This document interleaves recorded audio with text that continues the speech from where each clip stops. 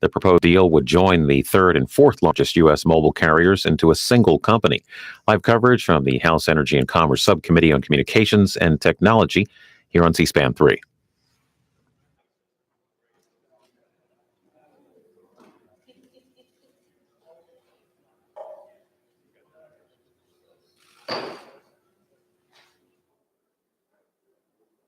Well, good morning.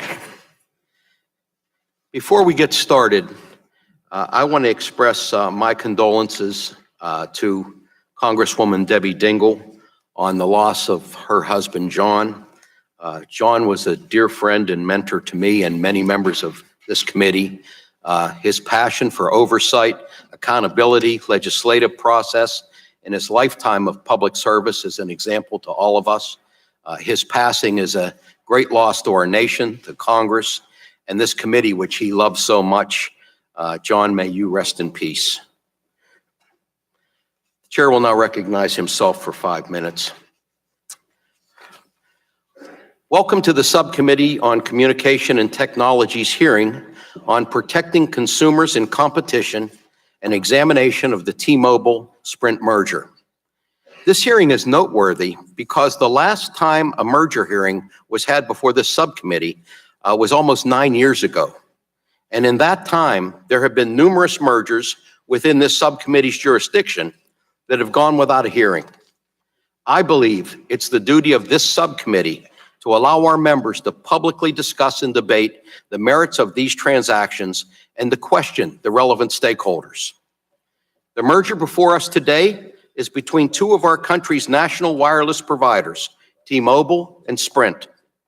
These companies have acted as disruptors, competitors, and low-cost options in the wireless marketplace. T-Mobile's Un-carrier strategy has ended anti-consumer practices such as data caps, restrictive contracts, and much more. They have also worked hard to build a robust national network that by some accounts is the fastest in the nation.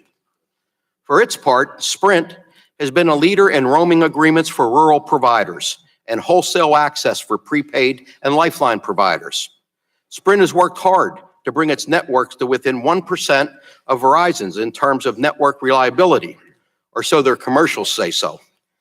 Consumers have also benefited from Sprint positioning itself as the best value. They are offering a plan right now where new customers can get a year of free service when they switch from another carrier, which sounds amazing. However, this hearing isn't about the benefits that both of your companies have brought to the market. It's about the extraordinary impact that your combined company could have on the public and the marketplace if this merger goes through. We will hear today from the Communication Workers of America, from the Rural Wireless Association, and Public Knowledge. They claim that this merger will have negative impacts on low-income consumers, rural providers, and jobs in the wireless industry. CWA's testimony suggests that this merger will result in up to 30,000 job losses in the industry and a reduction in industry pay by as much as $3,000 per employee. The Rural Broadband Association's testimony argues that rural consumers will pay more. They claim that Sprint charges 20 times less than T-Mobile or other national carriers for roaming agreements. These agreements allow customers of rural carriers who build their own networks in the most rural communities to use their phones throughout the country. What guarantees do rural providers have that they won't face increased costs if T-Mobile doesn't adopt Sprint's practices? And Public Knowledge's testimony states that consumer prices will go up due to the reduction in the number of national carriers from 4 to 3. They argue that the merger would hit low-income consumers the hardest because the number of carriers offering wholesale access would drop from 3 to 2. Sprint, AT&T, and T-Mobile sell access to their networks to prepaid and lifeline providers, who then sell that service under their own brands. What remedy do these carriers or their customers have if the new T-Mobile decides it wants to get out of the wholesale business or drastically raise rates? To that end, the FCC found in their Communications Marketplace report that the wireless market concentration was currently at 3,100 HHI. HHI measures how competitive a market is, with a higher number meaning it's less competitive. The Justice Department's horizontal merger guidelines state that a market with an HHI above 2,500 is highly concentrated. So we really aren't starting from a great spot. An increase of 200 points would raise significant concerns about competition. This merger is expected to result in a market power increase of 280 points for the postpaid market and 2,014 points for the prepaid market. That would take the prepaid market from where it is right now at 2467, which is just under DOJ's threshold, to 4481, a level that raises lots of red flags. These kinds of numbers have historically resulted in higher prices for consumers, less competition, and less innovation. I appreciate both executives' statement that they believe that this merger will benefit consumers and result in lower prices, and their commitments to an accelerated deployment of 5G and the promises of expanded rural broadband. These are national objectives that are important to me and many members of this committee. However, I've seen a lot of mergers in this industry and others, and it's hard to think of one where consolidation didn't result in people losing their jobs, prices going up, and innovation being stifled. I look forward to hearing from the testimony from our two telephone companies that wish to merge and from the other panelists. And with that, I yield to the ranking member, Mr. Latta, for 5 minutes. Well, thank you, Mr. Chairman. And if I could just take a point of personal privilege also to express my deepest sympathies to our friend and colleague, Debbie Dingell, on the loss of Chairman Dingell. And the chairman loved this committee. You know, this room is named after him. And I had the privilege of getting to know him in my days, not only on this committee, but when I first got to Congress. Again, he loved this committee, he loved this House, but most of all, he loved his district, the state of Michigan, and all that he did for it. So with that, I wish the Dingells my deepest sympathies on the loss of the chairman.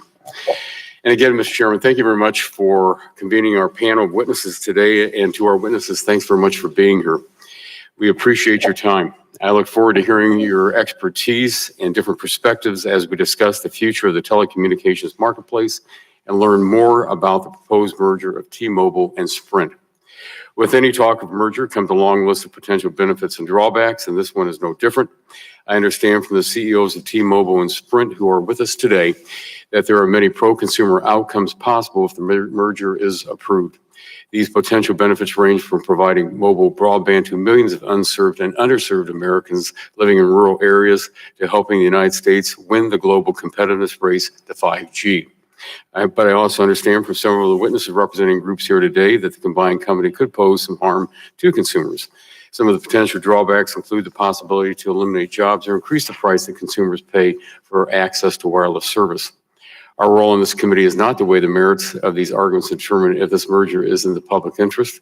Congress gave that road to the FCC, who along with the DOJ performs a more traditional antitrust assessment on the merger, and these two agencies will ultimately determine if the merger is going to be approved. Our role in the subcommittee is to provide policies that advance the telecommunications market, including expanding access to broadband to all Americans. One way to do this, especially for rural America, in many areas in my district, is to build 5G networks. In areas where the broadband is not currently deployed, 5G networks can help connect Americans to high-speed internet for the very first time. And in areas where broadband is already available, 5G networks provide a competitive alternative. This proposed merger reportedly will promote these objectives, and I look forward to hearing more about the ways in which the companies plan on doing that. But I also am interested in hearing from all of our witnesses today. This will be an enlightening discussion. The final decision about whether it's this proposed merger on these two companies is in the public interest is up to the FCC. Again, I look forward to hearing from all of our witnesses today and your testimony and the responses to our questions. And Mr. Chairman, I appreciate the hearing today, and I yield back the balance of my time. The gentleman yields back. Chair now recognizes Mr. Pallone, chairman of the full committee, for 5 minutes for his opening statement. Thank you, Chairman Doyle. Today is our first hearing since the loss of our chairman, John Dingell. It's fitting that this room is named the John Dingell Room. After all, over 28 years as the top Democrat on this committee and over his nearly 60 years in the House, He fought to ensure the committee maintained its broad jurisdiction, had deliberative debates, followed regular order, conducted robust oversight, and produced legislation in the public interest. And in keeping with John's tradition, today we focus our microscope on the proposed merger of two of the four large nationwide wireless phone carriers, T-Mobile and Sprint. Collectively, these companies directly employ more than 80,000 people and serve more than 130 million customers. These companies are no stranger to merger discussions. In 2011, a struggling T-Mobile was almost purchased by AT&T, but was blocked by the Obama administration, and T-Mobile nevertheless went on to flourish. T-Mobile and Sprint attempted to merge 2 years later, but abandoned the deal after competition concerns were raised by regulators. Now, once more, the parties are seeking approval to merge. This hearing marks the first time in 8 years that the committee has met to evaluate the consequences of a merger. For too long, the House and this committee paid little attention to that responsibility, but now we resume the practice of reviewing major acquisitions so we can fulfill our obligation for the people to determine how this proposed consolidation will affect consumers, workers, public safety, and network resiliency, competition, and future innovation. For the last 8 years, major industry consolidation occurred without significant oversight, and the consequences of that have been borne by consumers and hardworking Americans. In the past, we've seen mergers jack up consumer prices, cut away meaningful choices, and outsource, undercut, and eviscerate good-paying jobs. We've seen previous merger conditions that weren't met or weren't enforced. We've seen the public interest in all its forms undermined, and that's why we must look carefully at these issues before a merger is approved. In this case, the transaction is currently being reviewed by the FCC, as well as the Department of Justice.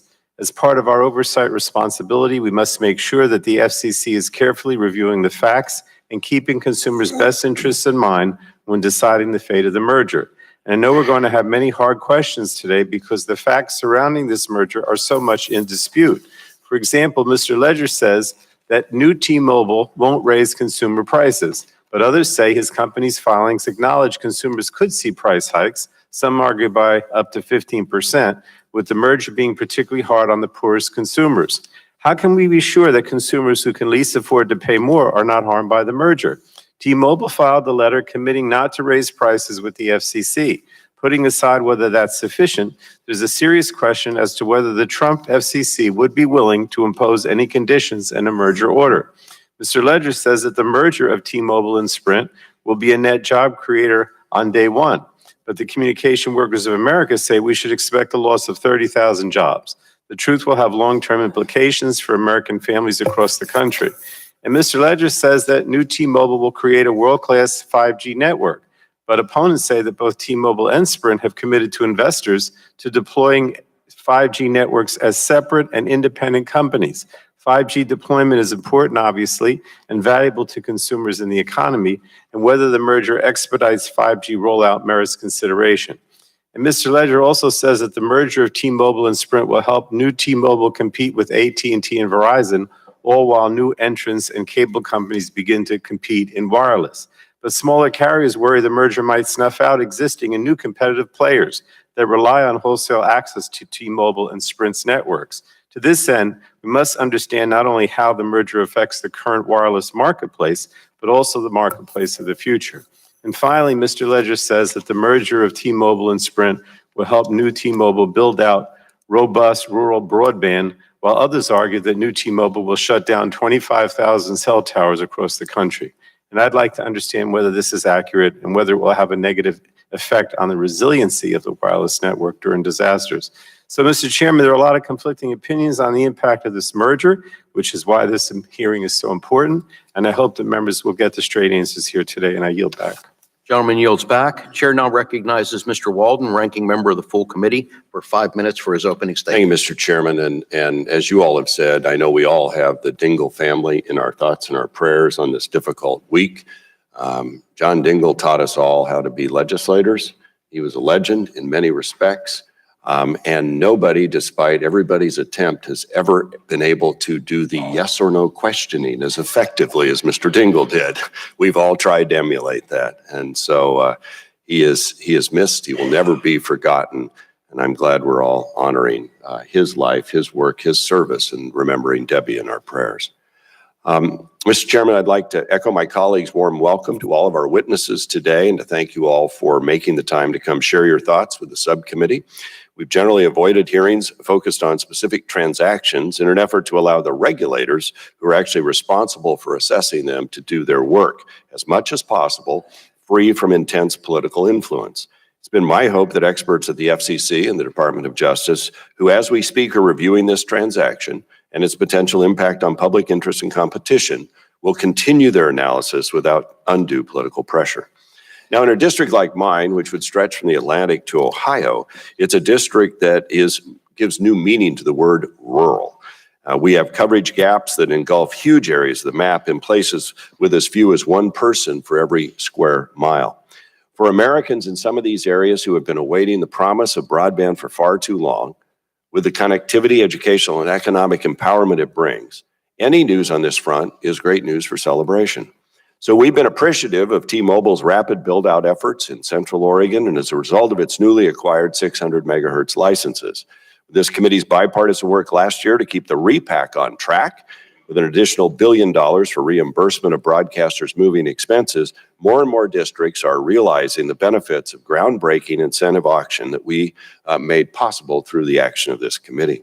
The hope is finally becoming a reality in many of our areas of the country, and I think it's well worth noting T-Mobile's efforts so far in delivering on its promises and in some cases ahead of schedule. Turning to the particular transaction at issues today. Experts, including some of our witnesses, are painting some very different pictures of the potential effects of this proposed merger. Going forward, we do want to see consumers paying less and getting more data. We want to see more choices, and we want to see intensified competition in the wireless and in-home broadband markets. We want to see faster rural development, and we want to see better service. And we need America to lead in the global race on 5G deployment, reaping economic benefits and transformative services for all Americans. As we consider the testimony of our witnesses, we need to take a holistic view instead of focusing on a particular metric like those who insist the government must intervene to preserve 4 nationwide wireless operators at all costs. We have to consider scale and operational efficiencies in that equation and the rapidly changing characteristics of the wireless marketplace, especially the convergence of functionality with non-traditional competitors such as global and satellite operators. With almost 50% of digital video now consumed on smartphones, wireless service is not what it once was. And with the advent of 5G, the capabilities are evolving at an exponential rate. So it's important for us as legislators to adjust our expectations to this new reality and resist the call for artificial market constraints that may not make any sense in a 5G world.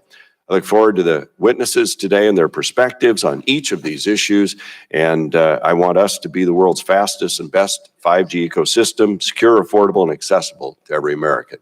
With that, I yield the balance of my time to the gentleman from Missouri, Mr. Long. Thank you. I'd like to take a point of personal privilege here for just a minute to maybe stop the clock for me for a second. If we could, on John Dingell, two plane loads of us loaded up yesterday morning out at Andrews to attend John's funeral in Dearborn, and we circled Detroit for about an hour. After an hour delay here, and we're told we had 5 minutes of fuel left, or we could go to Pittsburgh and refuel and go back, and we'd miss the funeral. So I know that Anna Eshe was on that flight. Mr. Walden, that just yielded to me, he was chairman and now ranking member of the committee. Chairman Upton, who was committee ENC and had his office across from John for years. He and John Lewis, who's a legend in his own time, were supposed to speak at the funeral, and Speaker Pelosi happened to be on the same flight, or I happened to be on the same plane with them. And so at the 30,000 feet, John Lewis led us in a tribute, and we had our own service for John Dingell at 30,000 feet yesterday, and it was quite moving. Chairman Upton spoke, Speaker Pelosi, John led us in prayer and spoke, and it was a pretty moving tribute. So we did what we did to get to Big John's funeral. I was born in 1955. John Dingell was sworn into Congress in 1955. He followed his father. His wife, Debbie, of course, follows him today. She's doing an excellent job, and thoughts and prayers go out to Debbie and the family. With that, I'll start my minute that Greg yielded to me. Today's hearing gives us the opportunity to hear about how the American public can benefit from the proposed merger of T-Mobile and Sprint. The U.S. telecommunications market has changed dramatically in recent years. In order to foster innovation and growth in any industry, it is important that we ensure that there is fair and competitive marketplace. I'm excited to hear how the third and fourth largest wire carriers in the United States plan to combine their spectrum resources to deliver a more robust nationwide wireless broadband network for consumers, drive innovation and investment, and better compete with the top two wireless providers. Investments in next-generation broadband networks are important to reach unserved communities like mine in Southwest Missouri and help close the digital divide. I look forward to hearing from our witnesses on how the new T-Mobile Drive for Innovation will help close that digital divide, benefit the U.S. economy, and provide consumers with more choices at lower cost. And I'd like to submit for the record 2 documents, an op-ed from the Missouri Times written by the head of the Missouri Farm Bureau demonstrating support for the merger in Missouri, and also a letter in support of the merger to the FCC from myself and several of my colleagues. And with that, I yield back. Without objection, so ordered. And Mr. Chairman, I'll yield back, but I just want to say for the record, we have another subcommittee hearing going on important health issues upstairs, so some of us will have to go up and back. But again, thank you for being here. I thank the ranking member. Chair would like to remind members that pursuant to committee rules, all members' written and opening statements shall be made part of the record. I'd now like to introduce our witnesses for today's hearing. First, we'll have Mr. Marcelo Clawray, Executive Chairman of Sprint Corporation. Next, Mr. John Ledger, Chief Executive Officer and President of T-Mobile US. Next, Mr. Chris Shelton, President of the Communication Workers of America. Then we'll have Ms. Carrie Bennett, General Counsel of the Rural Wireless Association. Mr. Doug Brake, thank you, Doug. Director of Broadband and Spectrum Policy for the Information Technology and Innovation Foundation. And last but not least, Mr. Philip Barronbrook, Senior Policy Counsel with Public Knowledge. I want to thank all the witnesses for joining us today. We look forward to your testimony. At this time, the chair will recognize each witness for 5 minutes to provide their opening statement. But before we begin, I want to explain our lighting system. In front of you, of the witnesses, is a series of lights. The light will initially be green at the start of your opening statement. The light will turn yellow when you have 1 minute remaining. And please wrap up your testimony at that point. The light turns red when your time has expired. Mr. Clawray, you are now recognized for 5 minutes.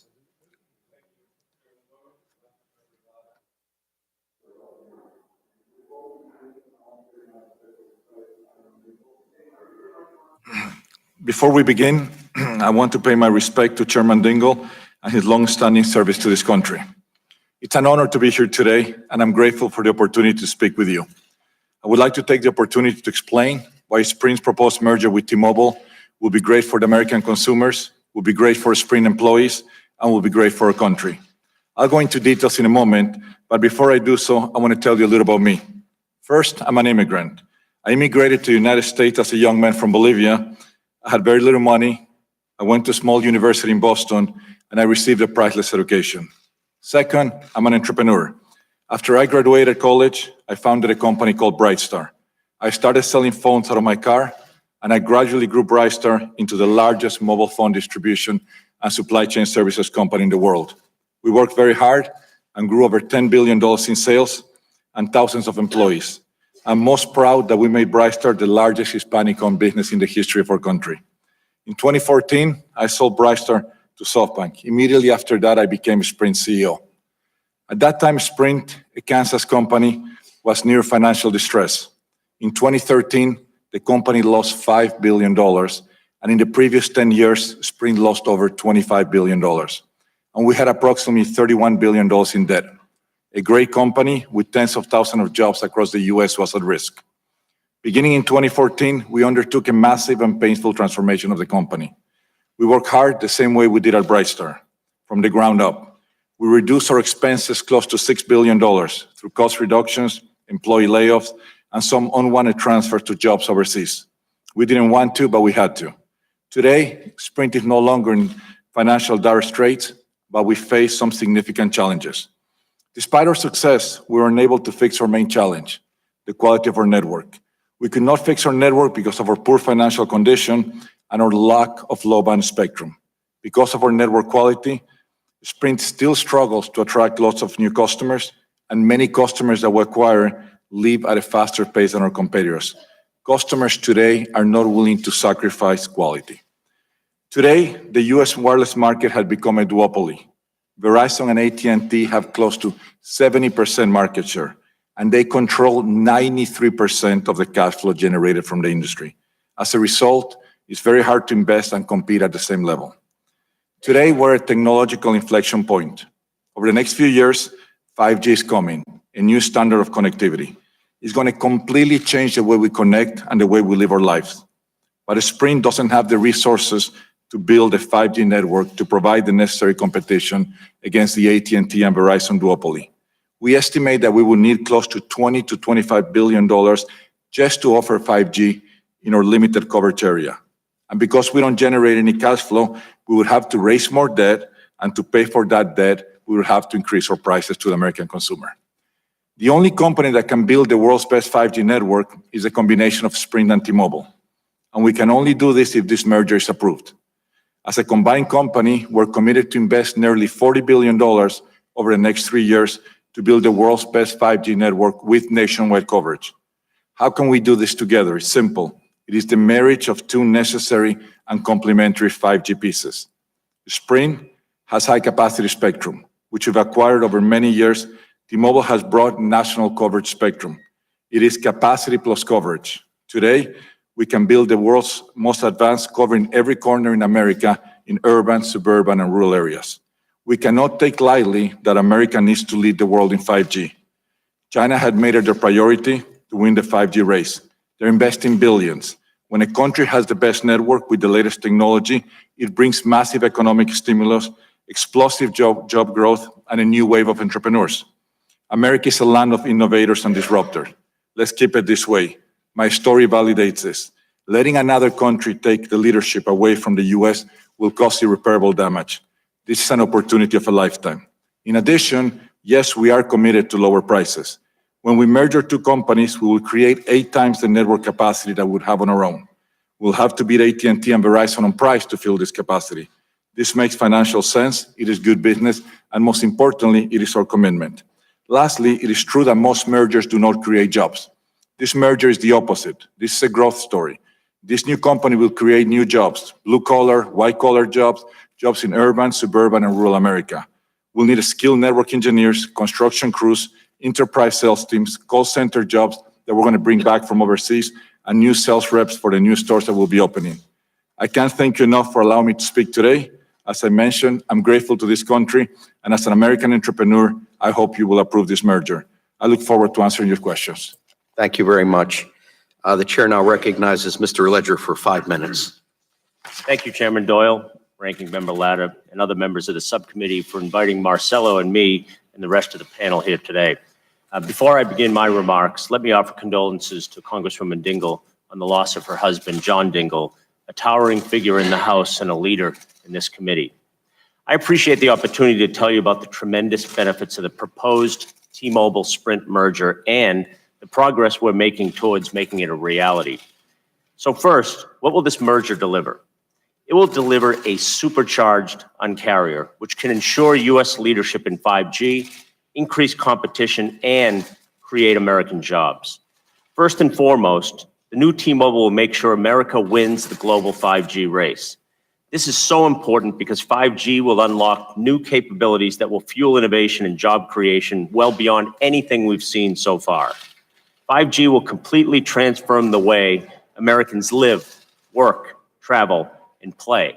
5G means real-time navigation, downloading a movie in seconds, instant language translation, and much more.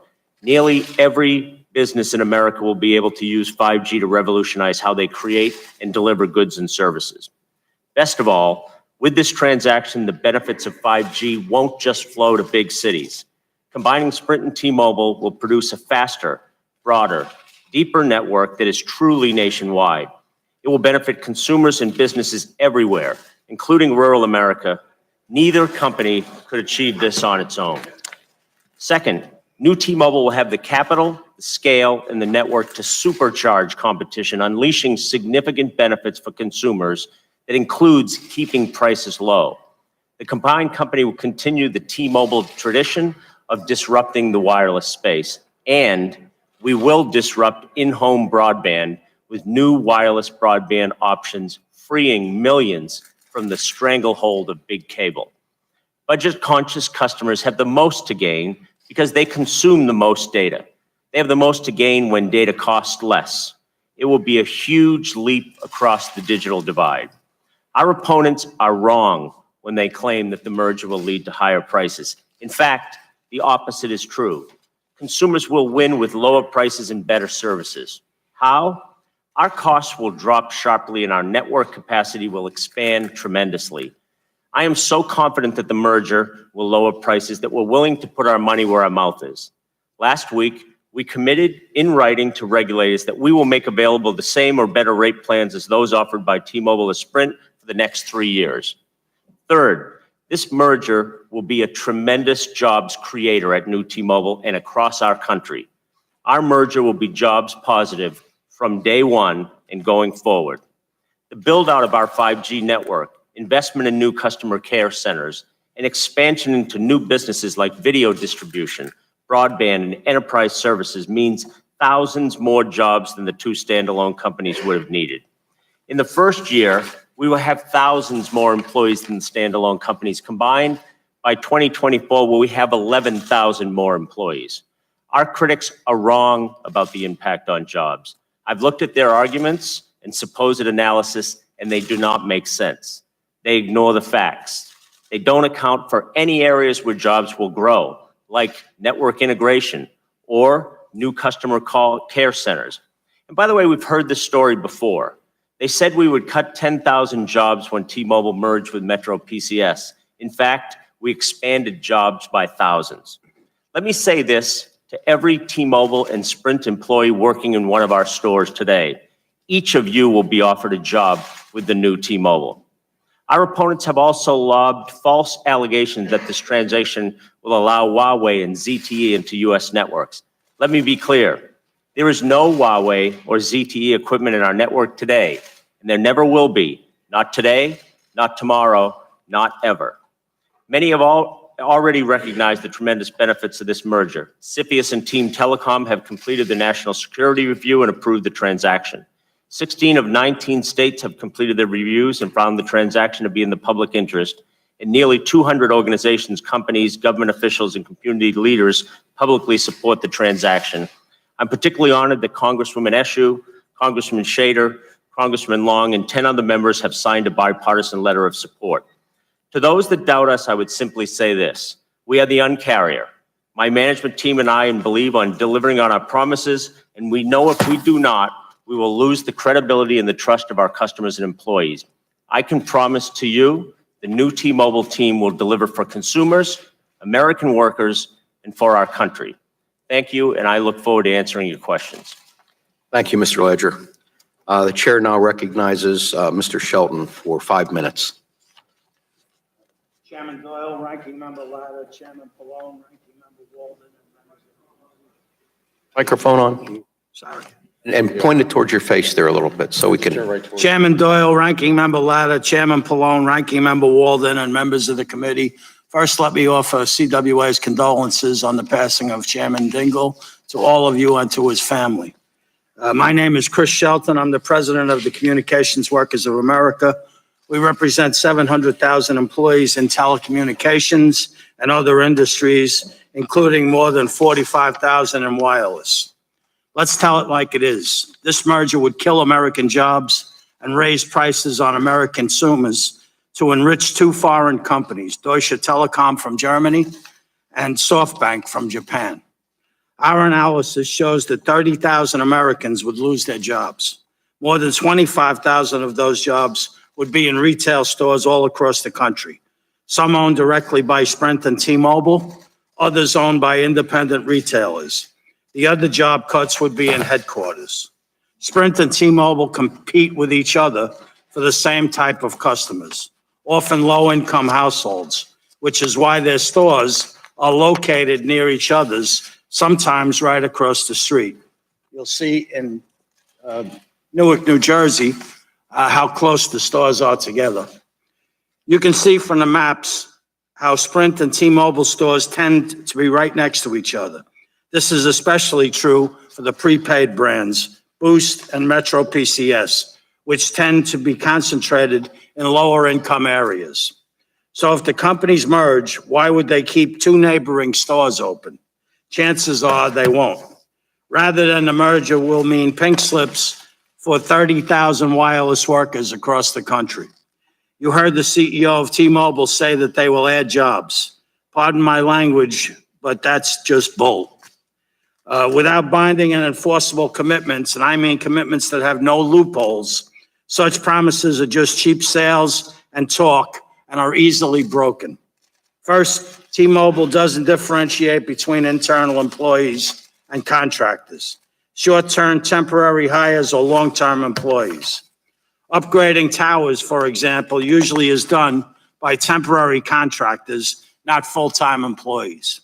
Second, Mr. Ledger talks about call centers, but both companies have a long history of offshoring call center jobs, moving them to the Philippines, Mexico, and other non-US locations.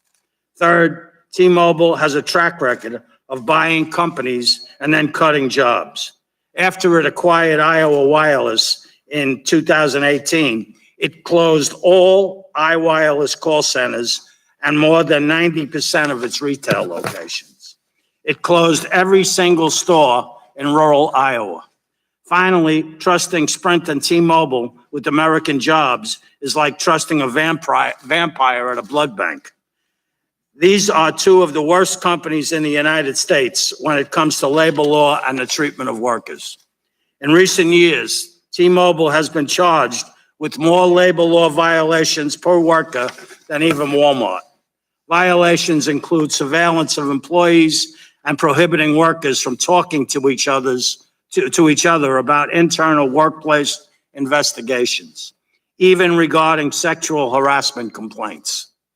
And what about the people lucky enough to stay employed? The merger would drive down wages for all wireless retail market workers, in some cases by as much as $3,000 per year.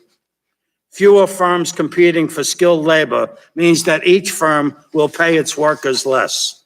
Employers compete for that skilled labor with wages and benefits.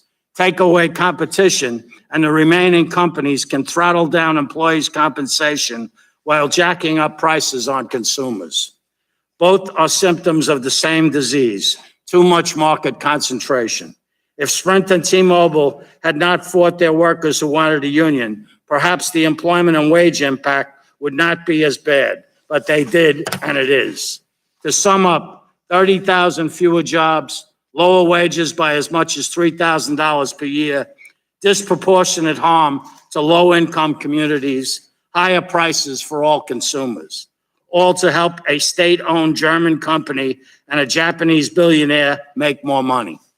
Members of the committee, that is not in the public interest. It's economic treason. Thank you, and I look forward to answering your questions. Thank you, Mr. Shelton. Ms. Bennett, you're now recognized for 5 minutes. Please make sure your microphone's on and pull the microphone towards you. Yeah, thank you. Chairman Pallone and Doyle, ranking members Walden and Latta, and members of the subcommittee. My feet don't touch the ground either, just so you know. My name is Carrie Bennett, and I'm with the Rural Wireless Association, and I first want to express my condolence to all of you all for your loss with Chairman Dingell. May his memory be a blessing. Thank you for this opportunity to testify today to discuss the impact that the proposed T-Mobile Sprint merger will have on rural America. RWA opposes this merger. We've heard a lot of promises from T-Mobile over the years that have not been met. So we have no reason to believe that T-Mobile will follow through on their new promises if they are allowed to reduce competition.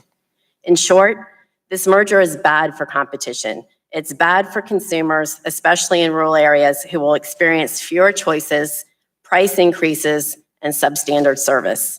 It should be denied. T-Mobile has a poor track record in rural America. Let's face it, T-Mobile is making a lot of promises about how they will expand coverage in rural America and improve service for these Americans. But they have a long track record of doing just the opposite. And we have no reason to believe that this will change if the merger is approved. In fact, we think it will get a lot worse. I'm going to run through 3 examples of T-Mobile's behavior that have my members concerned. Roaming. Roaming arrangements are important to rural Americans. Roaming keeps urban, suburban, and rural Americans connected. Sprint has historically worked with rural carriers to ensure rural Americans have robust mobile wireless service. T-Mobile is not. In fact, according to our members, T-Mobile's roaming rates are 20 times higher than Sprint's. And T-Mobile's existing roaming agreements are one-sided. T-Mobile will frequently enter into unilateral roaming arrangements under which a rural carrier subscribers can roam on T-Mobile's network with no possibility of T-Mobile subscribers roaming on the rural carrier's network. In such cases, T-Mobile has simply determined that it is better for its own customers to do without coverage in rural areas, rather than pay the rural carrier for network access.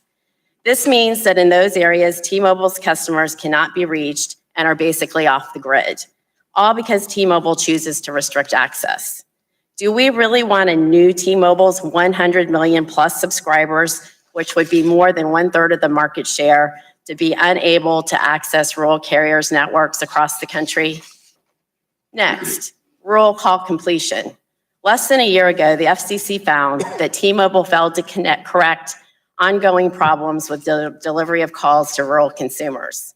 In fact, T-Mobile admittedly inserted false ringtones into these calls so that the caller believed the call was ringing on the other end, when it wasn't.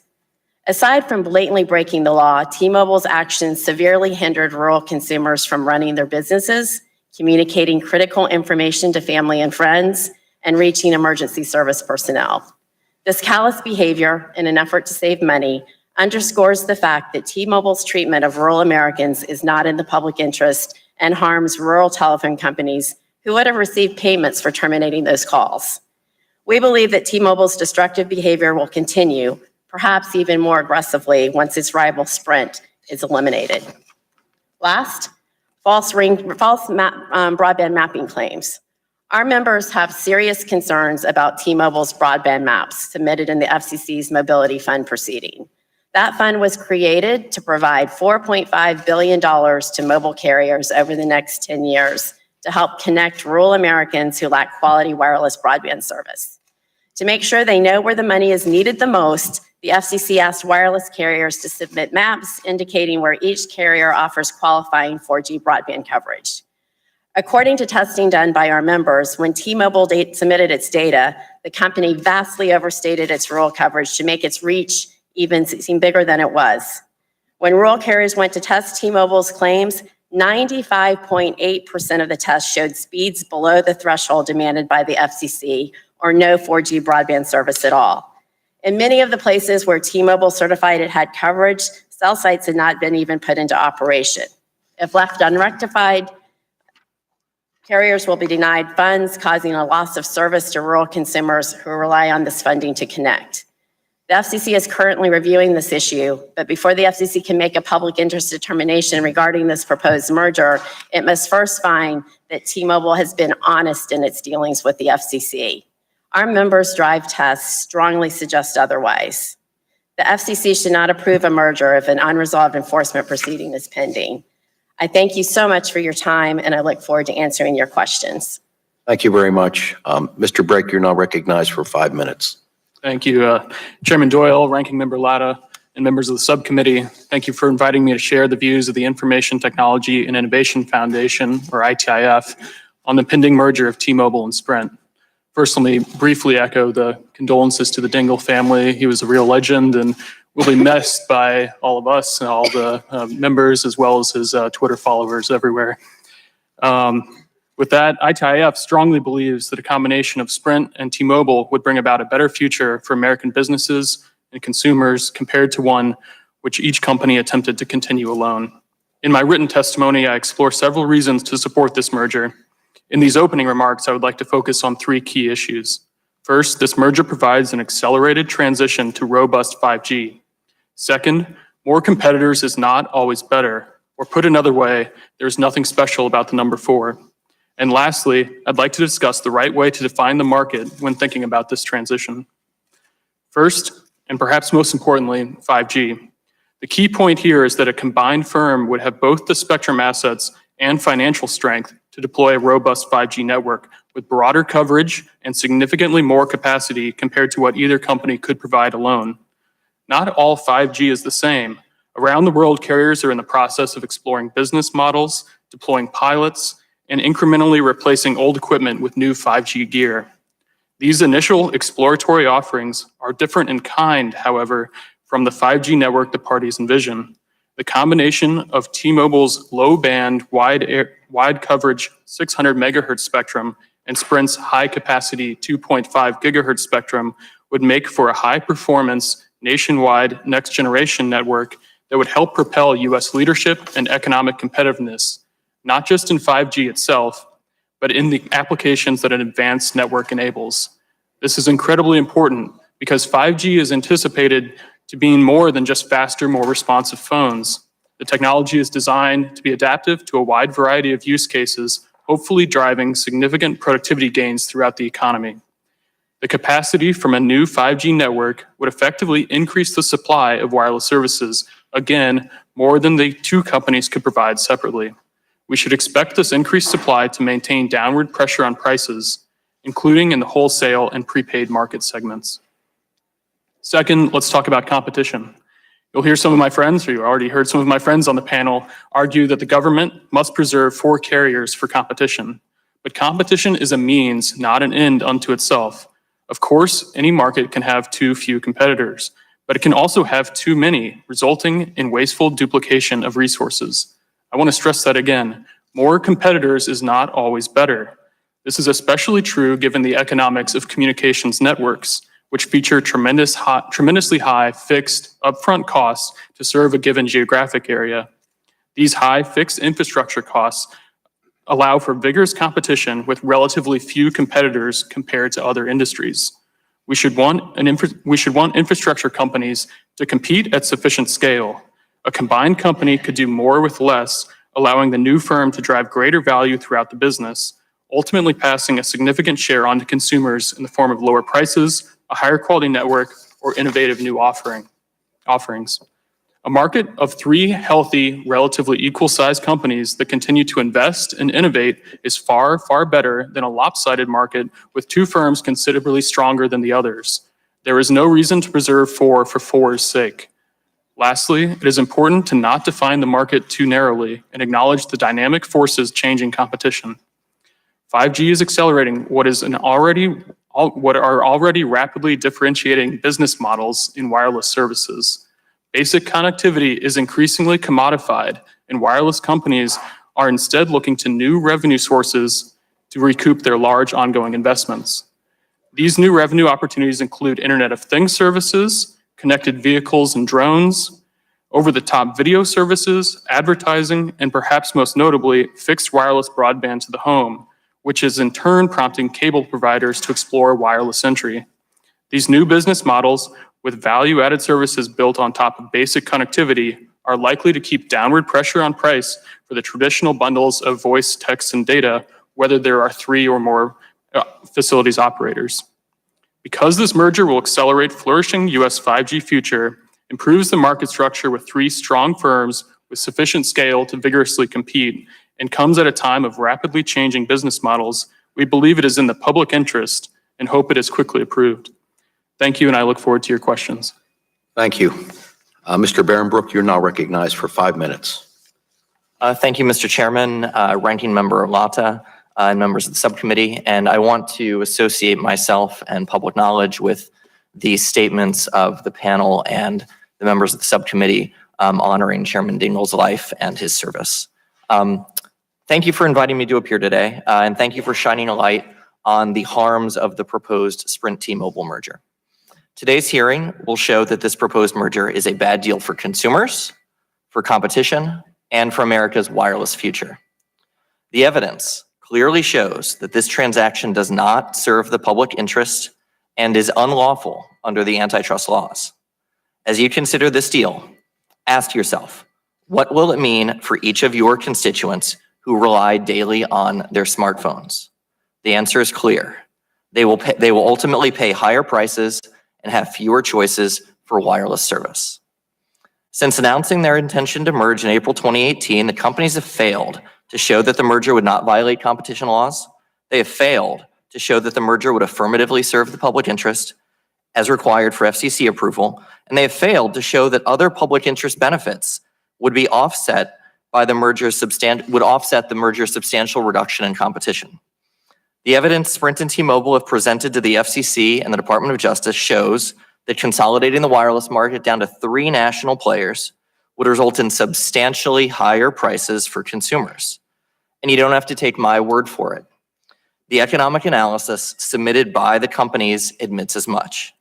Recent promises that the merged company will not raise prices in the near term underscore the obvious. Post-merger, the marketplace will not be competitive enough to discipline the 3 remaining national carriers when they raise prices. The proposed transaction will eliminate competition and choices for consumers. It will inflict significant harm on low-income prepaid and rural consumers who can least afford to pay more.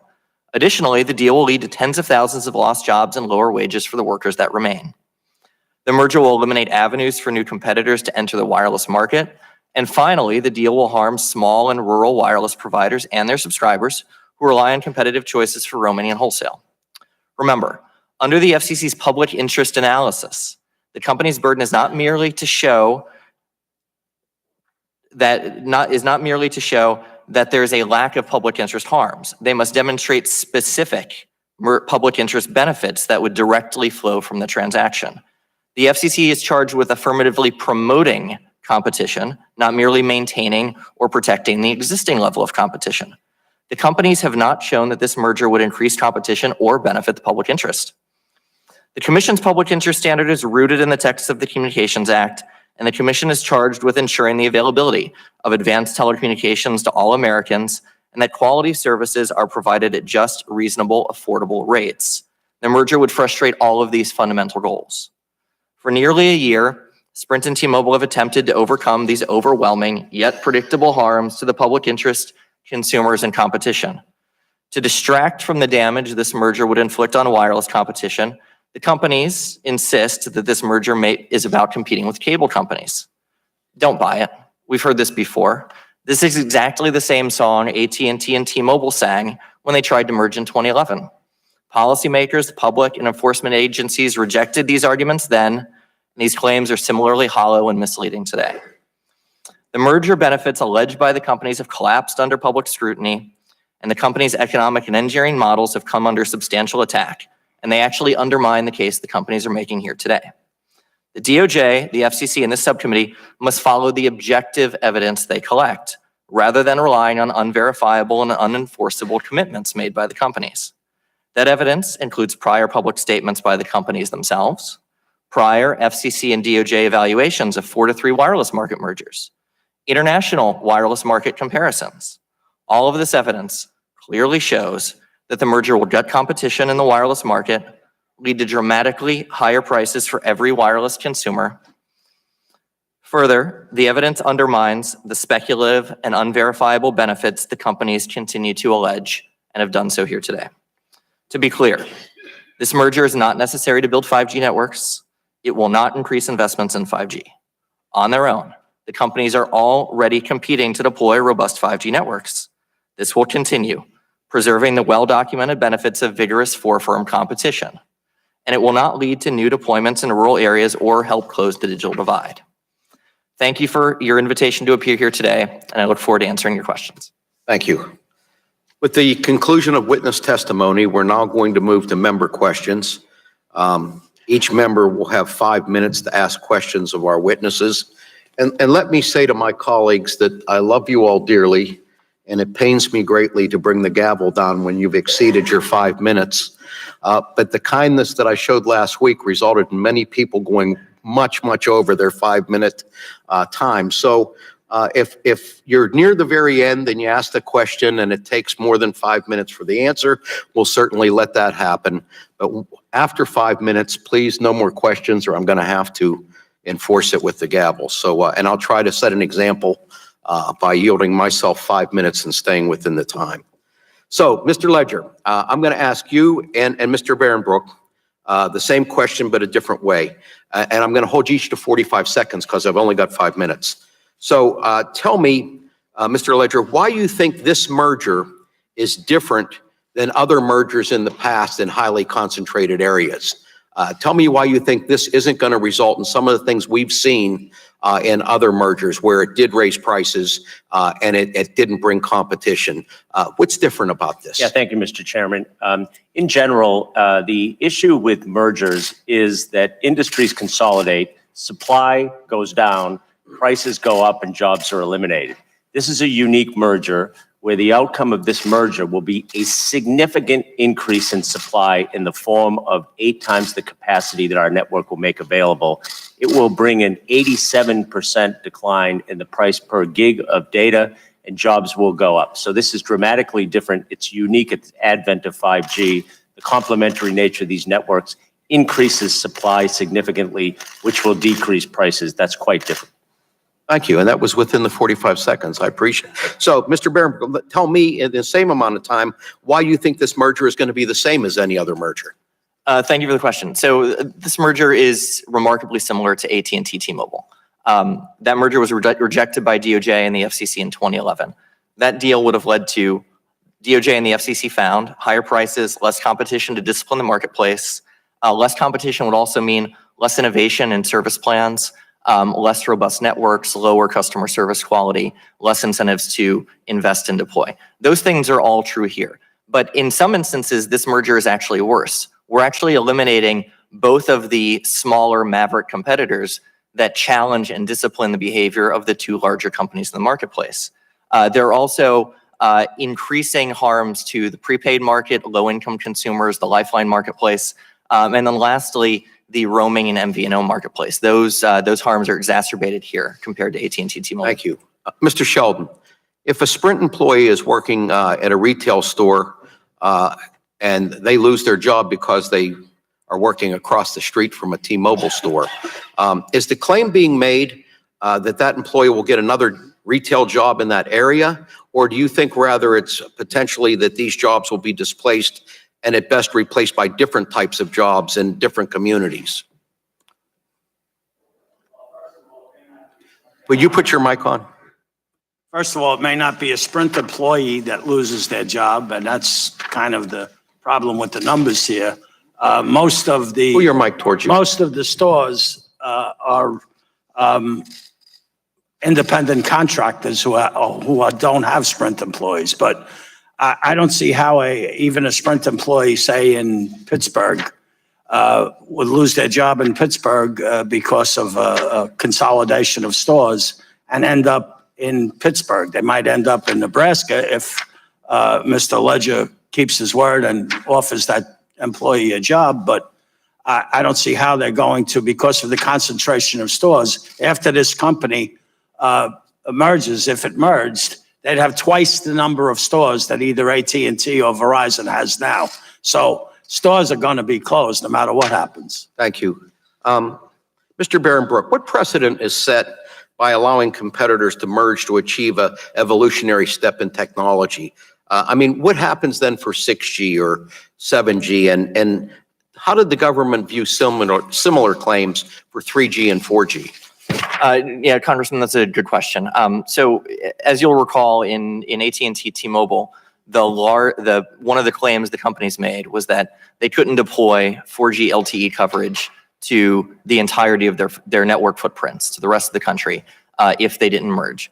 The government evaluated the evidence that was before it. They rejected that. They found that that was not credible. They found that competition was likely to lead to deployment, not consolidation. The same is true here. And so essentially, if you buy into the argument that we need to allow these companies to merge for 5G, by the way, that is directly contrary to the statements they've made to Wall Street and investors, even very recently. It essentially sets the precedent that whenever there's a need for these companies to invest in new infrastructure to deploy 6G, 7G, as you said, the gates are open to additional consolidation. Consumers need more competition for lower prices and better services, not fewer. And I see I have 7 seconds left, and I'm going to yield it back to set a good example for the rest of my colleagues. And I will now yield to the ranking member. Oh, thank you, Mr. Chairman, and thank you very much for yielding. And Mr. Brake, if I could start my question with you. My district is a microcosm of the country, going from Toledo to suburban neighborhoods, all the way to small communities and sparsely rural counties. The state of New York is also well known for being split between rural and urban communities. What lessons can the committee draw from the New York Public Safety Commission's approval of this merger last week in terms of benefits on both for the rural and urban communities? Sure, yes. Thank you for the question, Mr. Latta. Yes, the New York Public Service Commission, I think the main takeaway is that this Public Service Commission took a hard look at this merger, determined that it was in the public interest, and allowed it to go forward with minimal conditions, modest conditions related to jobs. It saw that it was benefiting the state long term. As far as your question regarding both urban and rural areas, I think the most important point, again, is this combination of complementary spectrum assets. You have the low band 600 megahertz spectrum that provides great coverage to a wider area, but is relatively limited in the capacity that it can offer, compared to the 2.5 gigahertz spectrum assets that Sprint has ready to deploy for 5G, which has a much greater capacity. So with the two of those combined, you get a much better network in terms of both coverage that can help provide, maybe not the greatest capacity, but a wider area in rural areas to provide much of the service of 5G.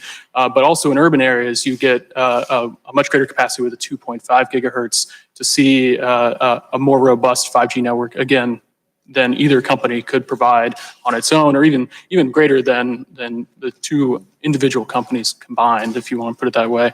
I would note, however, the jurisdiction of states is somewhat different than the review at the DOJ and the FCC. So if I may, if there's time, one of the main issues that is unique to the state level jurisdiction is that of jobs. And so with any merger, there are going to be jobs created and jobs destroyed, right? I mean, that's inevitable. The companies say that, there'll be a job creator from day one, and apparently the New York Public Service Commission was content with that assertion, in addition to some commitments, and I believe a call center being built in New York. And this is a somewhat unpopular point, particularly with politicians, but wireless services, this is not a jobs program, right? Again, perhaps an unpopular point, but if the companies combined, not even specifically this merger, but any companies can provide a greater output, more capacity, greater services with fewer inputs, including labor, that is the definition of productivity. That is what drives economic growth in this country and should be a good thing. I recognize that's not a popular opinion, especially among politicians, but productivity growth is an important component for this. Thank you. This journey. Ms. Bennett, would you like to comment on New York? Right. Would you like to comment? Well, I was just going to point out. I was just going to point out that the review by the New York Public Service Commission is not looking at. It's looking at the jobs issues, not looking at the overall merger. That's regulated to the DOJ and to the FCC, and they do not have jurisdiction over that. I wanted to hop back to a point, though, that Mr. Leger made about 87% decline in prices per gig. I'd like to see some of that pass through on the roaming rates, because right now roaming rates are about 10 times to 15 times higher than the retail rates they offer their own customers. So it's interesting to me that in a wholesale environment, the carriers are charging more than the retail environment. So the cost is definitely lower if they can pass on retail rates that are lower than the wholesale rates. Sorry, not your question, but I just wanted to go back to that for a minute. Yeah, thank you. Congressman, can I jump in for 1 second? I apologize. I'm sorry, I'm almost out of time here. Mr. Ledger, if I could, I've got about 38 seconds left. If you'd like to comment. Yeah, I would like to comment, and I appreciate the comparison. Yes, the New York Public Commission is one of 16 states that has approved the merger, and their review looked at all of the same issues, what it's going to mean for the state from a standpoint of 5G, median speeds of 450 megabits, the promise of 5G, while having prices decline, having jobs go up. This was reviewed in total, and all of the benefits that we preach about this merger, New York saw. And we committed with them to the things that are appropriate for them. And the promise of it is similar to the reviews that are taking place with the FCC and the DOJ. Well, thank you very much, Mr. Chairman. I yield back. Thank you. Chair now recognizes Mr. Pallone, the full committee chairman, for 5 minutes to ask questions. Thank you, Chairman Doyle. It's no secret that unions are under attack. Corporations have sought to limit the power of unions, which are fighting to make sure workers are fairly treated and get a livable wage. And what we're seeing is a growing disparity between the people at the top and the hardworking people like those in New Jersey, the folks who haven't seen a dime of the huge corporate profits and the Trump tax giveaways. And just this week, news reports highlighted that the average tax refund will be 8.4% less this year. So much for the GOP tax reform.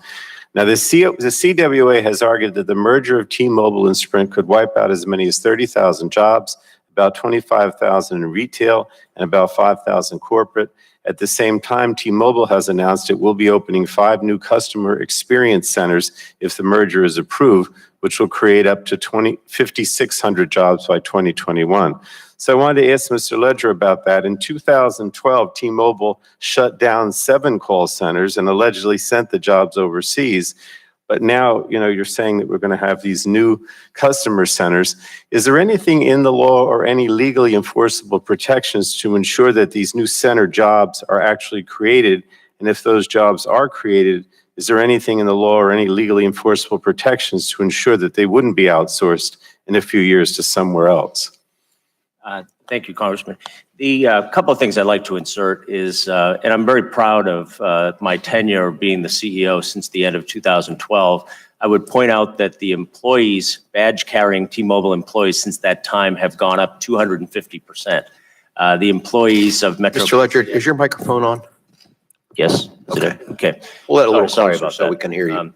But I have had a 250% increase in employees, badge-carrying employees at T-Mobile since the time I've been CEO. I also would like to point out that I'm very proud of the over 50 workplace awards that the company has worked to attain, including the 100 best companies. But Mr. Ledger, could you address the call centers? If not, I'm just going to move on because I don't have that much time. Yeah, the call centers, the 5,600 jobs, including 2,000 additional, making it 75 to 7,600 jobs, are a critical integrated part of our business plan, our filing with the DOJ, our support documentation to the FCC, and it's something that I'm completely committed to. Mr. Shelton, if I could ask you, does that comfort you, his response, or what's your take on how this merger would affect wages?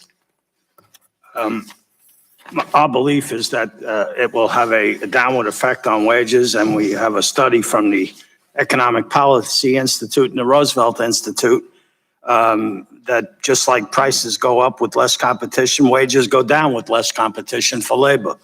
The one exception is where you have collective bargaining, but T-Mobile and Sprint oppose collective bargaining. And if I may, when T-Mobile laid off those 3,300 people, call center people in the past, they said that the work did not go overseas. The Labor Department did an investigation and found out that it went to the Philippines. So, how do we take their word now? And if you look, not only has the workforce in the United States increased, but also the workforce in the Philippines and lots of other countries has increased by leaps and bounds. All right, let me ask Mr. Ledger, if I can, one more question about resiliency of the nation's communication systems and public safety. My district was hurt probably more than any other district by Superstorm Sandy, and we've done a lot since then on a bipartisan basis to try to address resiliency for the communication systems. And I see that the FCC's 2017 Atlantic hurricane season impact on communications report outlines a portion of the problem. Notes that in 2017, the U.S. experienced 16 natural disasters with costs totaling $360 billion.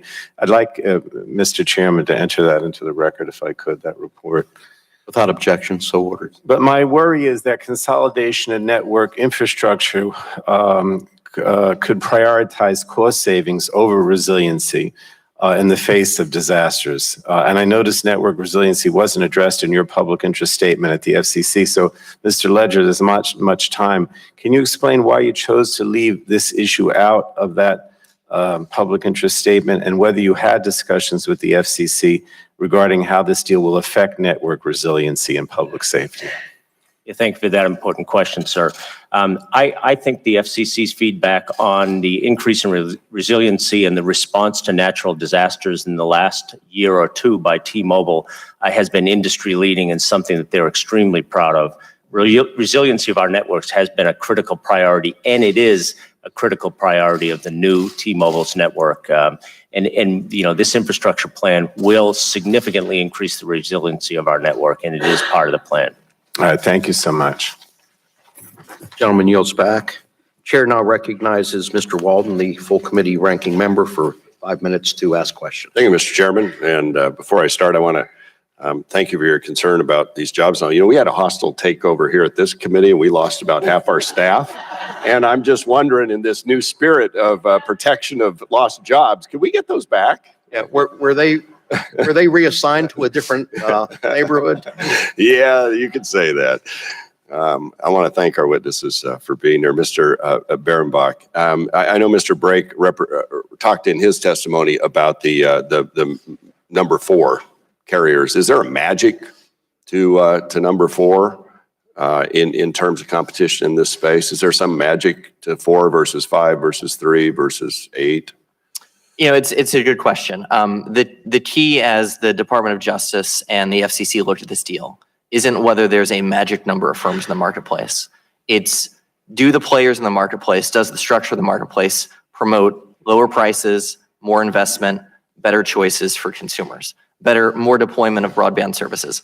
And we believe, frankly, that when you take these two companies and you merge them together, you eliminate the mavericks, the companies that have been the driving competitive forces in the industry. So to answer your question directly, I don't believe there's a per se magic number. It's about market structure, but this transaction has significant concerns. Mr. Brake, do you want to comment on that briefly? Sure. I mean, as I mentioned, right, there's no real magic to the number 4, but it seems to be a lot of the folks pushing to preserve 4 seem to think that more is necessarily better. You know, why not 5? Why not 6?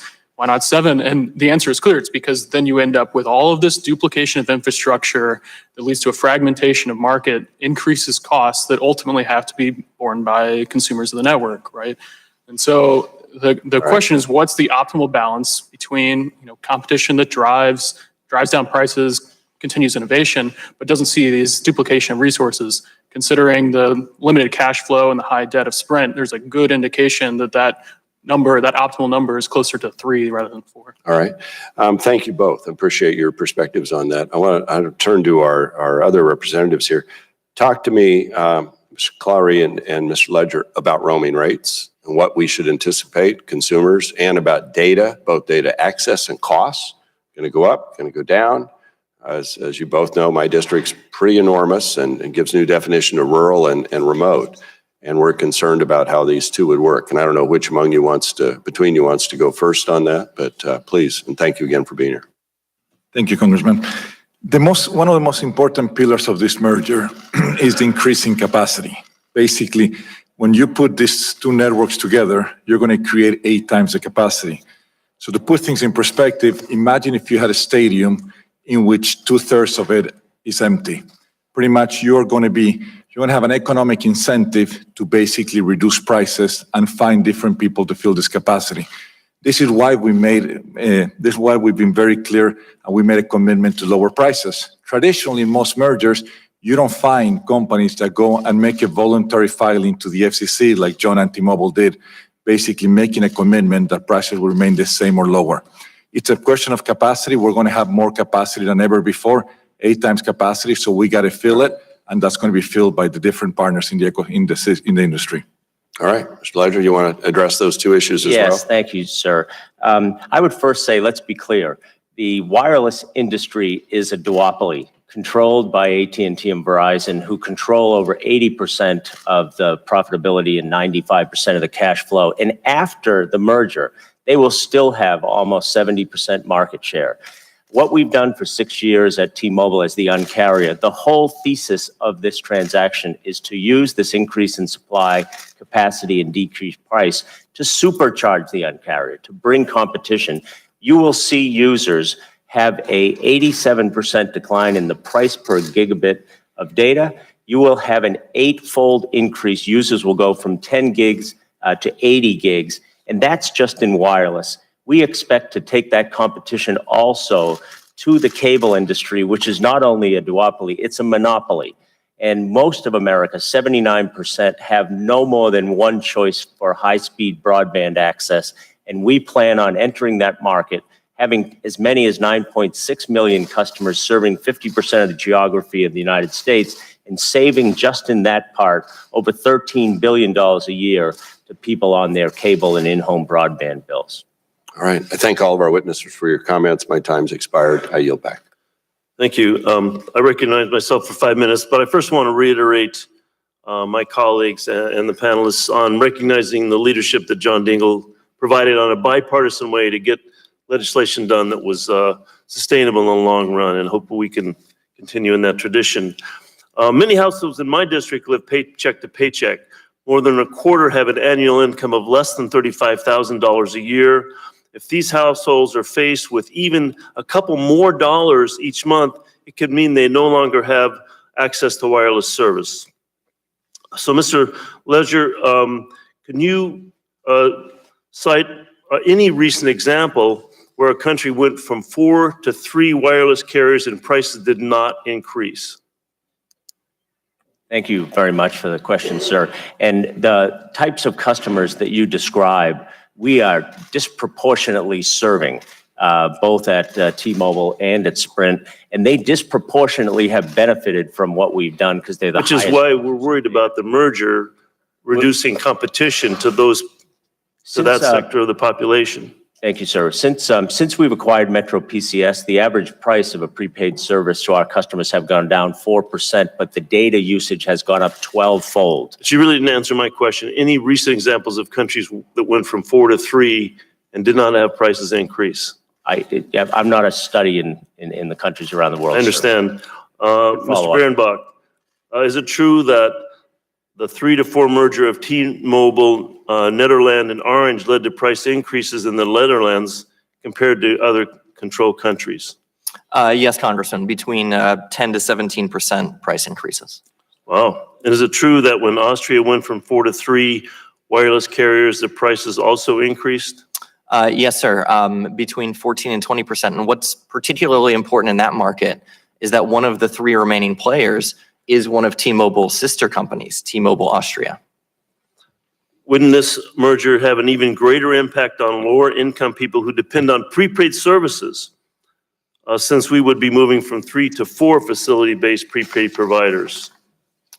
Yes, sir, I believe it would. In this marketplace, in the prepaid market, you tend to have only 3 players currently, T-Mobile, Sprint, who would merge, and AT&T. T-Mobile and Sprint would have a dominant position in that marketplace and have the power and incentives to raise prices on those prepaid customers who, frankly, are likely to be lower income, likely to be mobile only, likely to be consumers of color, and frankly would have no other choices in the marketplace. So prices would go up on them and they'd have nowhere else to turn. Thank you. Mr. Ledger, I have a letter here from you to the chairman of the FCC dated February 4th of this year, in which you stated, I want to reiterate unequivocally that new T-Mobile rates will not go up. Rather, our merger will ensure that American consumers will pay less and get more. And I'm going to submit this to the committee without objection. Is it also correct that on the same day you submitted a letter to counsel for T-Mobile, submitted an ex parte filing to the FCC that further articulated this commitment? Yes, sir. And I'm going to submit this to the committee without objection. Mr. Berenbach, I'm curious to take into your opinion on this commitment. Well, thank you for the question. And this is an important issue. So the history of these merger conditions, behavioral merger conditions in concentrated markets, is not a positive one. We saw this with conditions on Comcast, where it violated its merger conditions with regards to Bloomberg. Well, let me ask you specifically. If a small amount of data is added to T-Mobile and Sprint legacy plans, consumers could see an increase in the amount they pay for their plans. Is that correct? Yes, sir. Under the letter that was filed last week, that appears to be the case. is it your opinion that under the proposed condition, legacy Sprint and T-Mobile fees could be hiked and there would be nothing to stop that? Yes, sir. And even if those fees were hiked, and even if those were covered by the commitment that T-Mobile has said it has made, how are consumers supposed to enforce that? Are they supposed to, come to the FCC, which has forsworn rate regulation, and ask it to step in and enforce this on T-Mobile? It just seems impractical and unenforceable. And yes or no, is it your opinion that under the proposed condition, legacy Sprint and T-Mobile surcharges could be hiked and there would be nothing to stop that? Yes or no, please? Yes. Sir, could I respond to some? Yeah, I'm going to just wrap up here. I hope that your promise to the people will get more for what they are paying and holds true. My concern is that many people won't even be in a position to take advantage of that promise because they might not be able to scramble the extra cash they need. Simply put, I'm worried about many of the constituents that I have would be priced out. And my time's expired and I yield to Mr. Shimkus. Thank you, Mr. Chair. Mr. Ledger, you can respond to that. Yeah, thank you very much. With respect, my colleague continues to interpret what is taking place at the FCC through his interpretation of what the outcome is before their work is complete, that I highly respect what's taking place. Several things. I want to be clear. I have worked very hard to rid the lines between postpaid and prepaid. Let me ask, because I was going to have that question anyway. I'm old enough to know the uncola. We're using the term the uncarrier. So describe uncarrier. Yeah, uncarrier is a term that I coined. It was the thesis and the genesis of who we were going to be. And what it was we set out to fix a stupid, broken, wireless, arrogant industry by listening to customers and solving all the pain points and removing those barriers. Like what? Give me some quick examples. We eliminated contracts, eliminated international data roaming, free music streaming, et cetera. So let me go follow up on this question.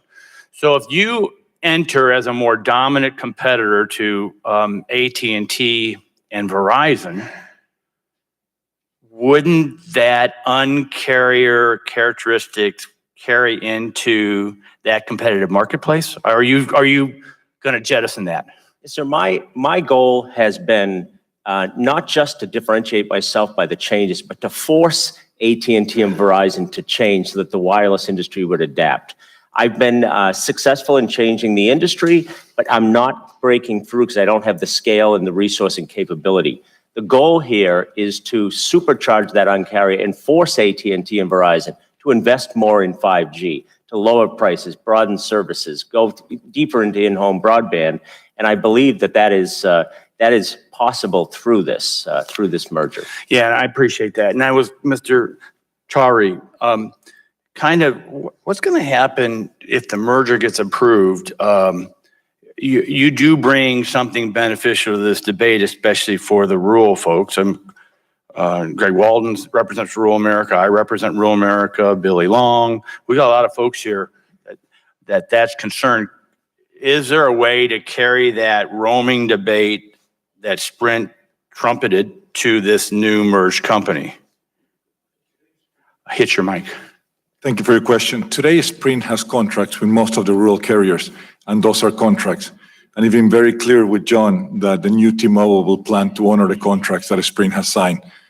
What is important for most of you who have people in the rural parts of the country, it's very simple. T-Mobile did not have 600 megahertz spectrum, so T-Mobile couldn't basically build a nationwide coverage. Today, they do. They lack the capacity that combined with our spectrum. So we are going to bring 5G to every corner of America, and that's going to be a huge differentiator. You've seen the lack of competition that exists today in rural America. So, Mr. Ledger, I would hope that would be part of the new corporate culture as far as if this is a successful merged company. And I think my folks in the rural wireless would like to see that too. Yes, sir, 100%. I would just like to point out that when you take the topic of rural, there's two important components. The rural customer right now who is not being served, does not have choice, and the rural carrier. Both of those players will be served greatly by this transaction. I clearly have honored that I will commit to honor all of the agreements that Sprint has, and I believe that we'll be in a position to negotiate even better things for the rural players.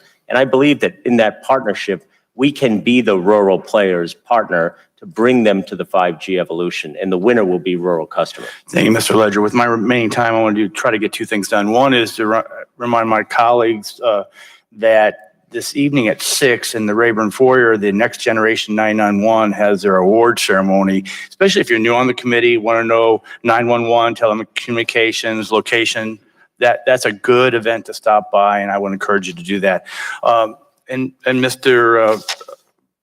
Baron Brock, I'm sorry. In your comments and your testimony, you lauded the Department of Justice on their decision on the T-Mobile, what was it, AT&T merger? Our point is you have the SEC and Department of Justice making this ruling. Do you trust the DOJ to make the ruling without, as Chairman Walden said, our ranking member Walden said, political influence?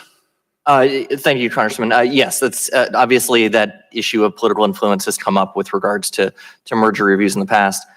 Yes, I do trust the staff of the Department of Justice to fully review the evidence before them, the staff at the FCC to fully review the evidence and to make those recommendations. Thank you. Thank you, Mr. Chairman. Thank you. Chair now recognizes the gentleman from Iowa, Mr. Loebsack. Thank you, Mr. Chair, and I do thank the chair and the ranking member for having this hearing today, and I want to thank all of you for being here as well. It's been pretty enlightening. I think it's an important hearing. I'm happy to hear that there has been a lot of focus on rural areas, both sides of the aisle. We represent, many of us on this committee represent significant rural areas. So I'm going to get right to my first question. Ms. Bennett, in your testimony, you state that T-Mobile has, and I quote, determined that it is better for its business to do without any coverage in rural areas, unquote. As a representative of a rural district, not as big as some of them, but nonetheless pretty darn big, 12, 13,000 square miles, 24 counties, where coverage can often be dismal or non-existent. I get around my district all the time. I experience this whenever I'm back. I find that particular assertion very worrying, as you might imagine. Can you clarify a little bit more on that point? Certainly, and I appreciate the question. Our members who have built out the rural networks in their rural areas, and it's not everywhere, to be clear, it's only in the areas that they serve. And you did mention Iowa in your testimony. Yes. And what has happened is in negotiations with T-Mobile, T-Mobile elects not to, they lack restrict. It's a technology that you can put in place so that their customers don't have access to those rural carriers' networks. So they have roaming agreements because under the FCC's rules, they have to let the rural carriers' customers roam on their network, but not the reciprocal. So that they choose not to do that. And that's because they probably don't want to pay the roaming charges to the rural carriers. Well, if T-Mobile and Sprint are combining services, can T-Mobile make a structural commitment to use Sprint's rural carrier service model? Those are very hard to enforce after the fact. And to go back to the favorable agreements that we have with Sprint right now, those are expiring, and we haven't been able to get any certainty from Sprint about whether those would continue, regardless of whether the merger goes through. They've just been silent. They've gone silent on us and have told us that we have to wait until the merger is done. Okay. Or not done. Thank you. My second question is for Mr. Shelton. CWA recently released a report on the impact in Iowa from T-Mobile's acquisition of iWireless, which has been mentioned.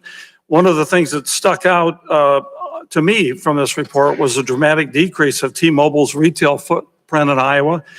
Can you expand a little further regarding T-Mobile's acquisition of iWireless and how that reduced access in rural parts of my state and district? Yes, when they bought the company in Iowa, they closed down 90% of the stores, and now for a consumer in Iowa, in a rural place in Iowa, they have to drive 68 to 100 miles to get to the nearest T-Mobile store in Iowa. And if you look at the company's plans, their own plans say that 46 million rural customers will not be served by their 5G network. So that does not bode well for Iowa. And actually, I know it's kind of difficult in this political environment to demonstrate fairness, but I'm going to do it in this case, Mr. Ledger. I'm going to give you an opportunity to respond and make your case because, to be frank, Ms. Bennett's and Mr. Shelton's remarks leave me very concerned about potential negative outcomes in Iowa. I know there are at least two sides to every story, so I want to give you a chance to respond to them. And in particular, will T-Mobile make structural commitments to rural constituents of my state who may stand to lose jobs, coverage, or retail services? Yes, sir. Thank you very much. And the facts associated with what's happening with Iowa Wireless, I'd be glad to submit after the hearing as well. But let's just be clear. There are 100 more employees than there were a year ago in Iowa. There are 35 Metro PCS, Metro by T-Mobile stores, equaling the number of what the stores were there before. And Iowa Wireless was a failing company stuck in 2G and 3G, and we came in and provided the investment. We spent $70 million so far upgrading to the 4G and now moving to 5G network. I am kind of running out of time here. I want you to address the structural agreement issue going forward. I'd be glad to look at ways to make that commitment. And I would point out that part of our plan is to cover 96% of the 62 million people in rural America with LTE coverage and 84% of all of rural America with greater than 25 megabits of in-home broadband. And a group of politicians here, we make promises quite a lot. I would like this to be in writing. It's what I'd like it to be. I'd like to see you make that commitment, that structural commitment, to make sure that we have that access here in Iowa. Thank you very much, Mr. Ledger. We've got 10 seconds left. I'm going to yield back my time, Mr. Chair. Thank you. Now recognize my good friend from Ohio, Mr. Johnson, for 5 minutes. Well, thank you, Mr. Chairman, and I appreciate the panel being with us today. Mr. Ledger, historically, Sprint has been an effective partner with rural wireless providers, say that fast, allowing their customers to access Sprint's voice and data network when roaming. I represent a very, very rural district in Appalachia. Ms. Bennett has testified that T-Mobile has been unwilling to partner with rural providers or otherwise serve rural America. Can you share what services the new T-Mobile intends to provide in rural America, and if there are any plans to partner with rural providers? I know we've alluded to some of this already, but if you could do it for me, I'd appreciate it. Yes, sir. Thank you very much for the question. Two things I'd like to point out. One is historically, T-Mobile has not had the wherewithal to provide full capabilities in rural America. We were a very densely urban company with no low-band spectrum that covered rural America, and we only recently have that. New T-Mobile will have significantly more ability to do that. Secondly, Sprint's not going away. This is a merger between T-Mobile and Sprint, and all of the good of Sprint will be part of the integrated T-Mobile, and we plan to carry those forward. And I believe that in addition to providing broader services to rural customers, better LTE coverage, in-home broadband, I believe that we have a great ability to be a partner with rural carriers. We need their help with last mile access, with capabilities, and I think we can provide them with a pathway to 5G. So I think it's the best partnership for both rural customers and rural carriers. All right, well, thank you for that. So specifically then, will the new T-Mobile continue to make wholesale agreements available that are in line with those currently made by Sprint or T-Mobile? Yes, sir. And all wholesale agreements are currently contractual. We will honor those. I believe with the supply and capacity that the new T-Mobile will have, that wholesale rates are only going to get better. In fact, carriers that have agreements with both Sprint and T-Mobile will be able to choose the better of those and the alternative that suits them as well. Okay, well, thank you. Mr. Brake, Ms. Bennett's testimony indicates that the new T-Mobile would have zero incentive, quote, zero incentive to provide commercially reasonable roaming rates, terms, and conditions to RWA members. Although aren't there rules at the FCC in place to ensure that carriers do just that? And if they do not, there are enforcement mechanisms that the FCC can take? That's right. Thank you for the question. So the rural coverage is a multifaceted issue. This roaming issue is a narrow component of it. And I just want to be very clear about the sort of dynamic here, right? The members of the Rural Wireless Association enjoyed favorable negotiations with Sprint, mainly because they had a very small network focused on cities and did not have the rural coverage. And so, and I don't mean to disparage the members, right? There's nothing more American than trying to, serve your community with wireless services, but this is a wildly inefficient system to have a bunch of small rural operators trying to negotiate with a small, limited coverage nationwide carrier is not an efficient way to do things. We should have companies operating at scale, building out coverage into rural areas as best they can. It's better to do that at scale than to hamstring providers to have individual small companies in each pocket of rural America.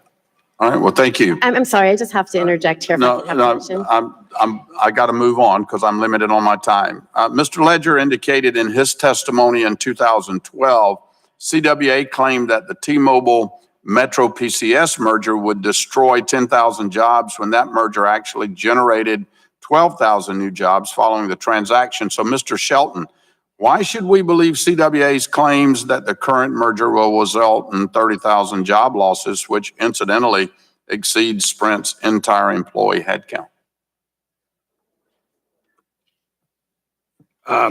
Well, in the first instance, we were concerned about call center jobs because T-Mobile had just shut down 7 U.S. call centers in the U.S., laying off 3,300 people and sending the work to the Philippines.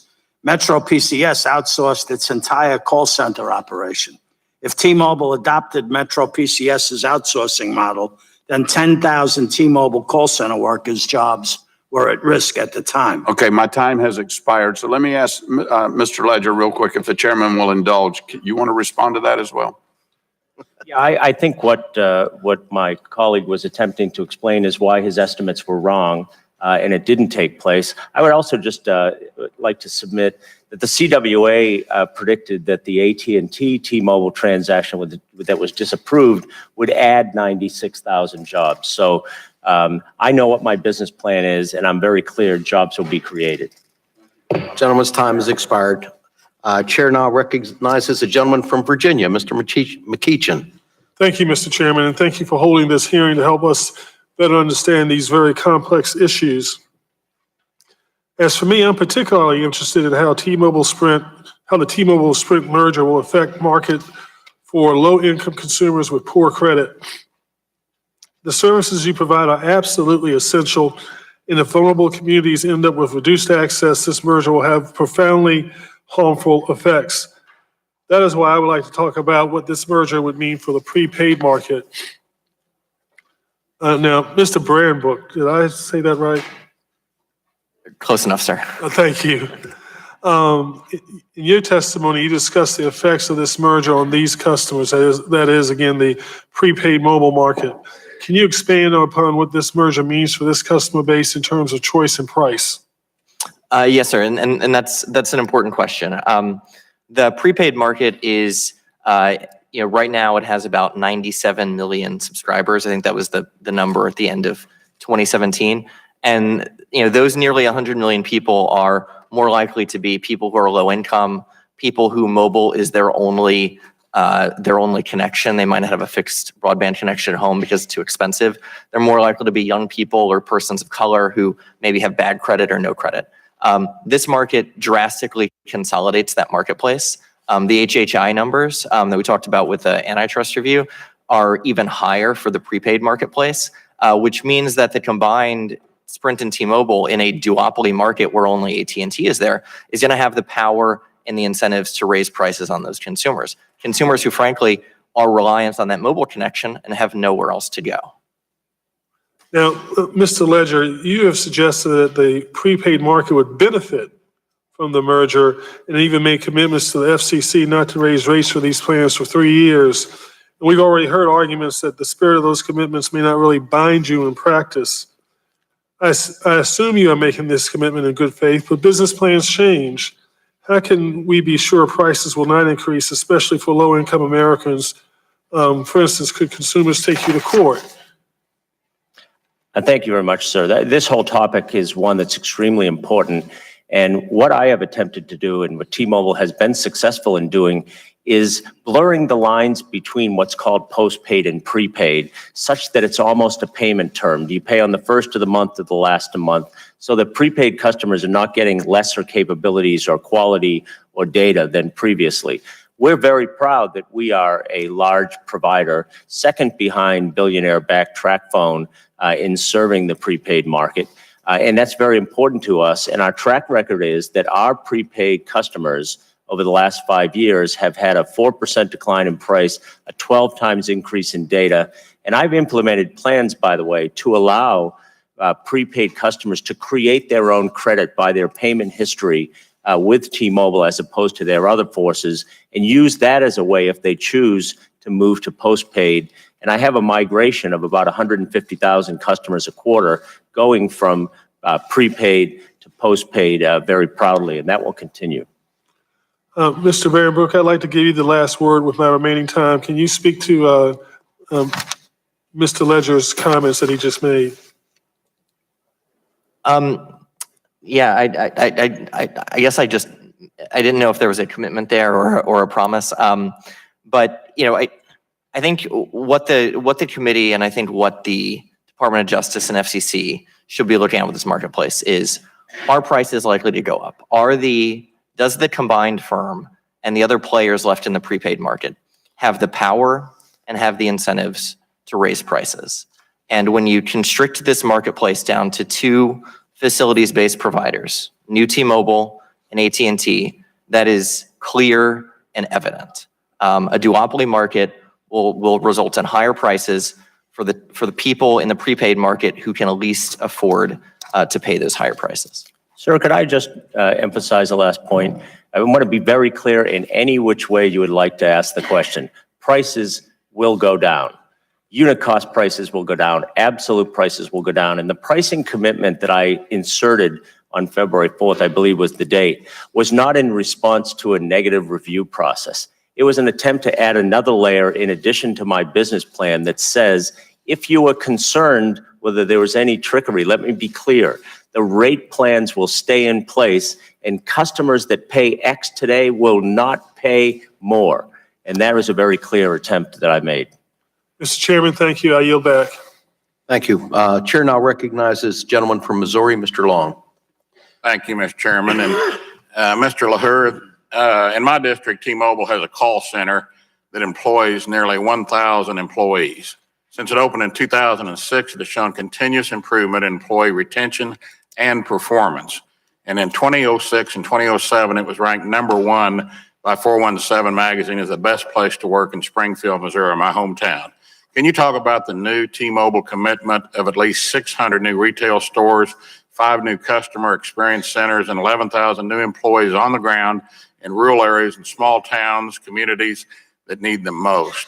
What effect will this merger have on jobs in my district? Thank you, sir.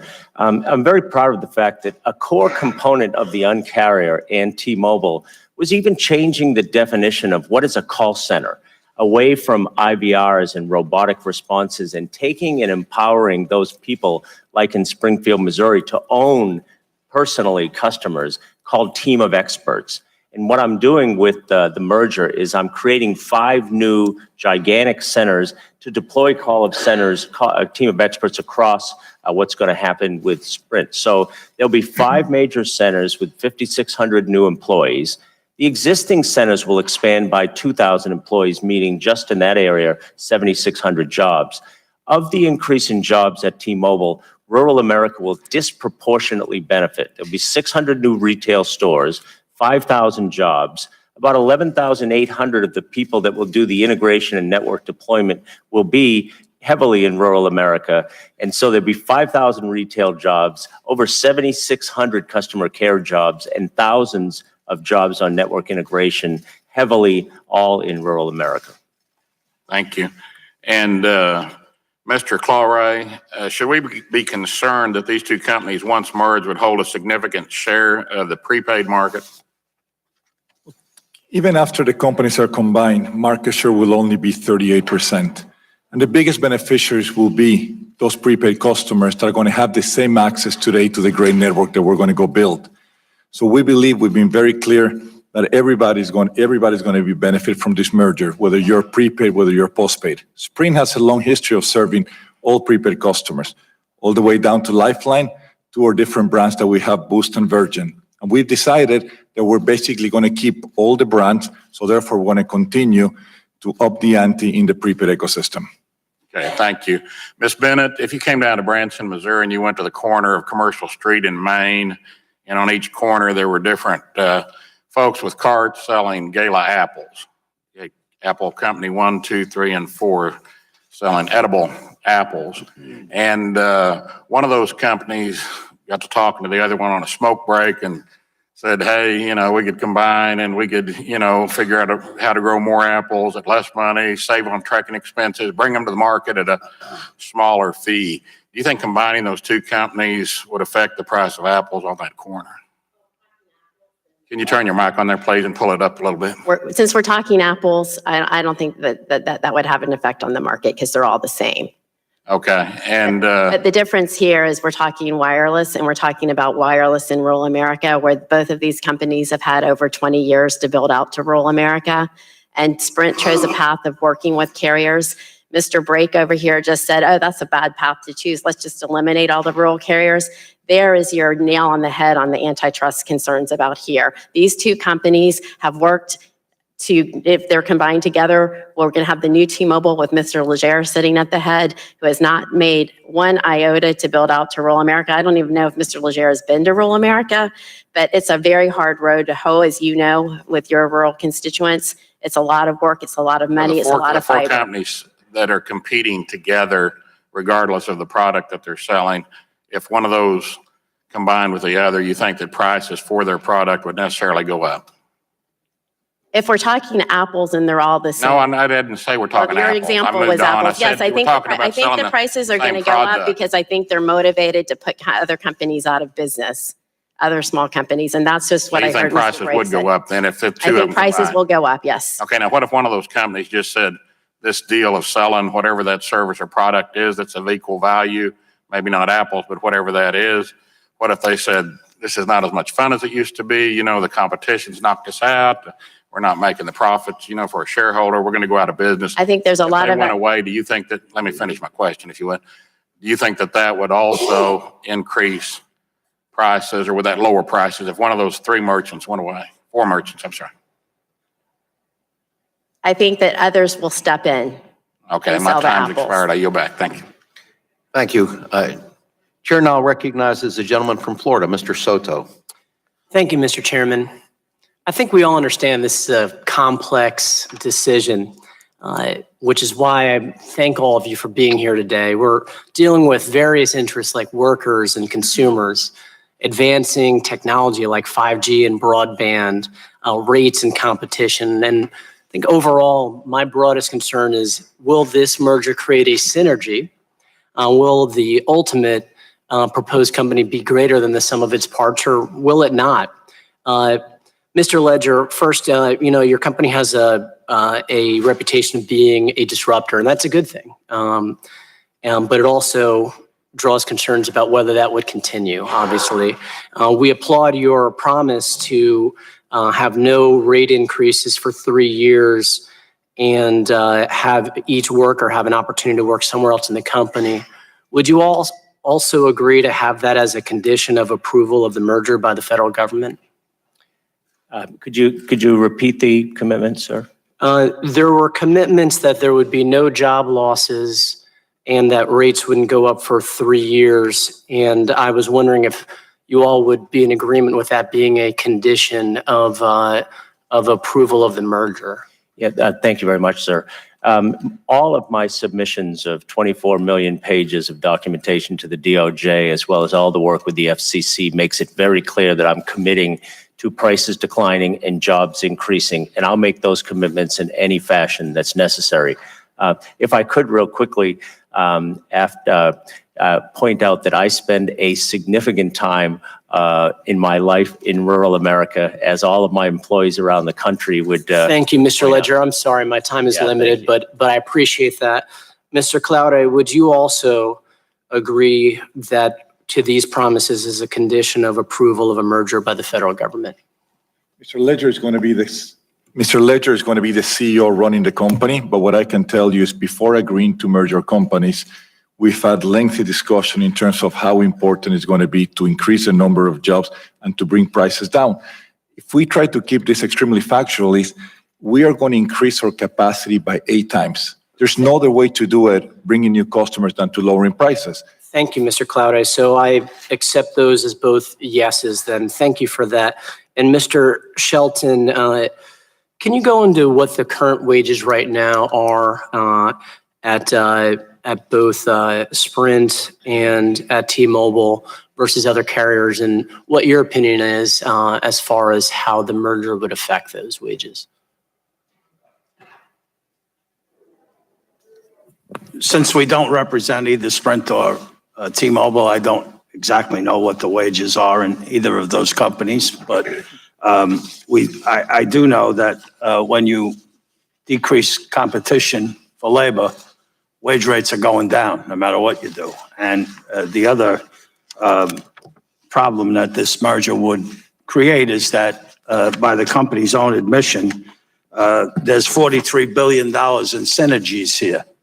And to me, synergies is a word that has a synonym called job cuts. And if there's $43 billion in job cuts, you're going to decrease competition for labor or increase competition for labor, and therefore wages are going down. And they're not only going down in T-Mobile and Sprint, but they're going down in every wireless carrier in the country. Sir, could I provide some facts to this discussion? I assume that you disagree with that. There's a significant absence of facts. I can tell you that the average wages of a retail employee at T-Mobile are approximately $50,000 a year. A customer care person makes about $46,000 a year.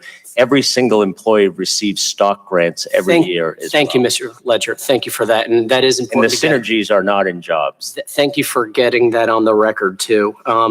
I want to end with Mr. Barron-Brook. There's a public interest analysis that's done by the FCC. Obviously, we're here in oversight of the FCC. Do you have any opinions on how this would score and any predictions on the FCC's review of this potential merger? Sure, and thank you for the question. So, as you know, the FCC's analysis is different from the Department of Justice's. They both look at competition harms to consumers, antitrust type issues. The FCC also looks at issues like, will Americans continue to have access to? If we could get to it, how do you think it'll score? What's your prediction? I think this merger has many of the same harmful characteristics, if not more, as the rejected AT&T T-Mobile merger in 2011. Okay. Well, thank you all for your opinions.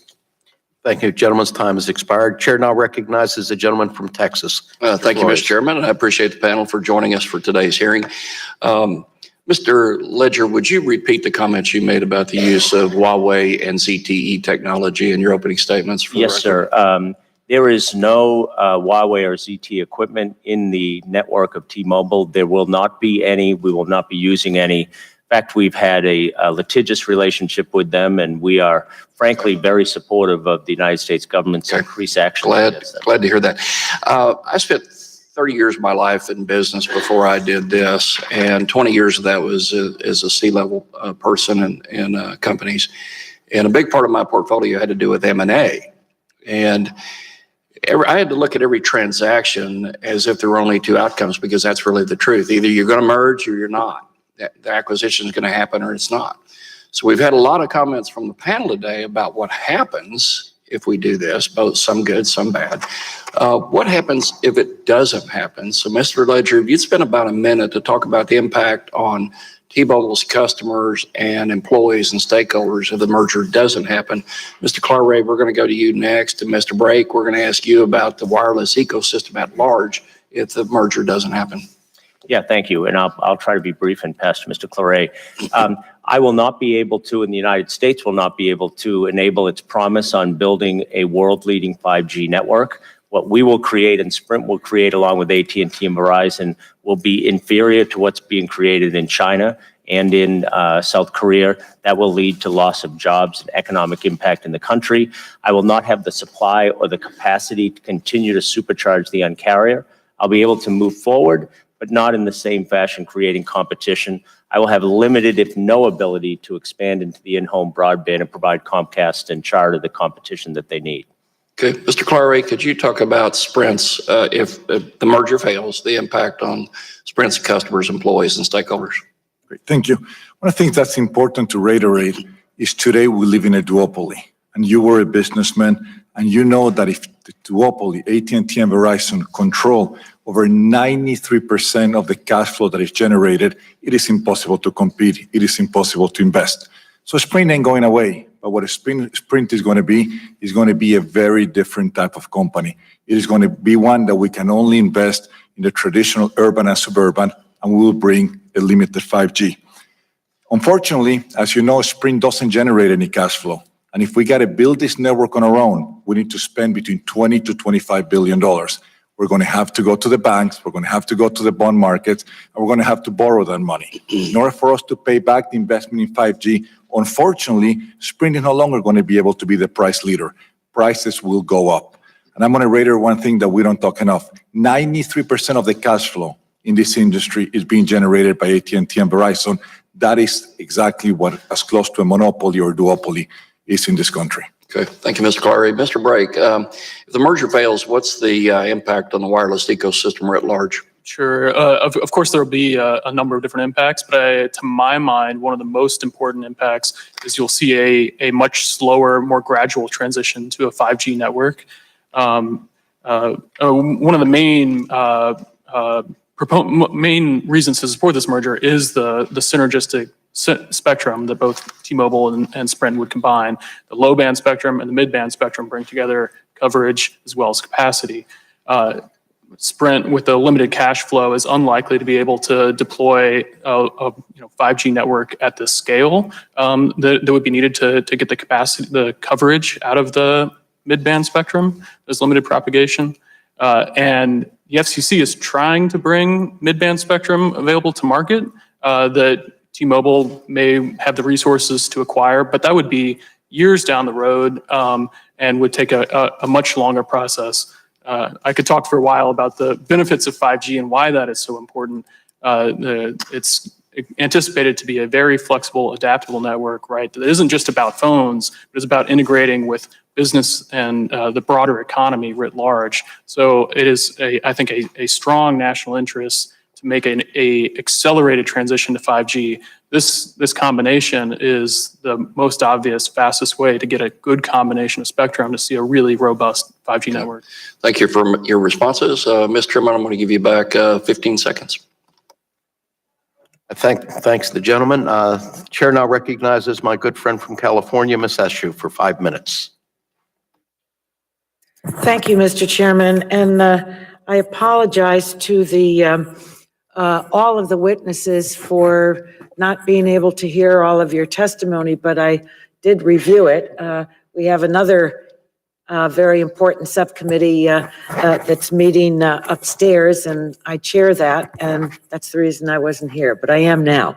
I want to use my time to not to ask questions, but to make a statement. And again, thank you for appearing, all of you, and for the testimony that you've submitted.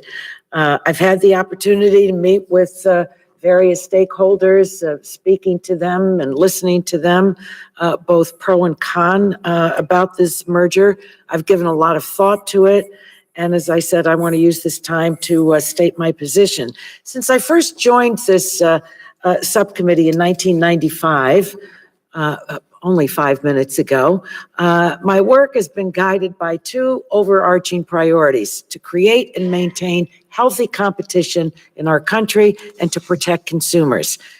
Capitalism doesn't work without competition. And when markets don't work, consumers are the first to lose.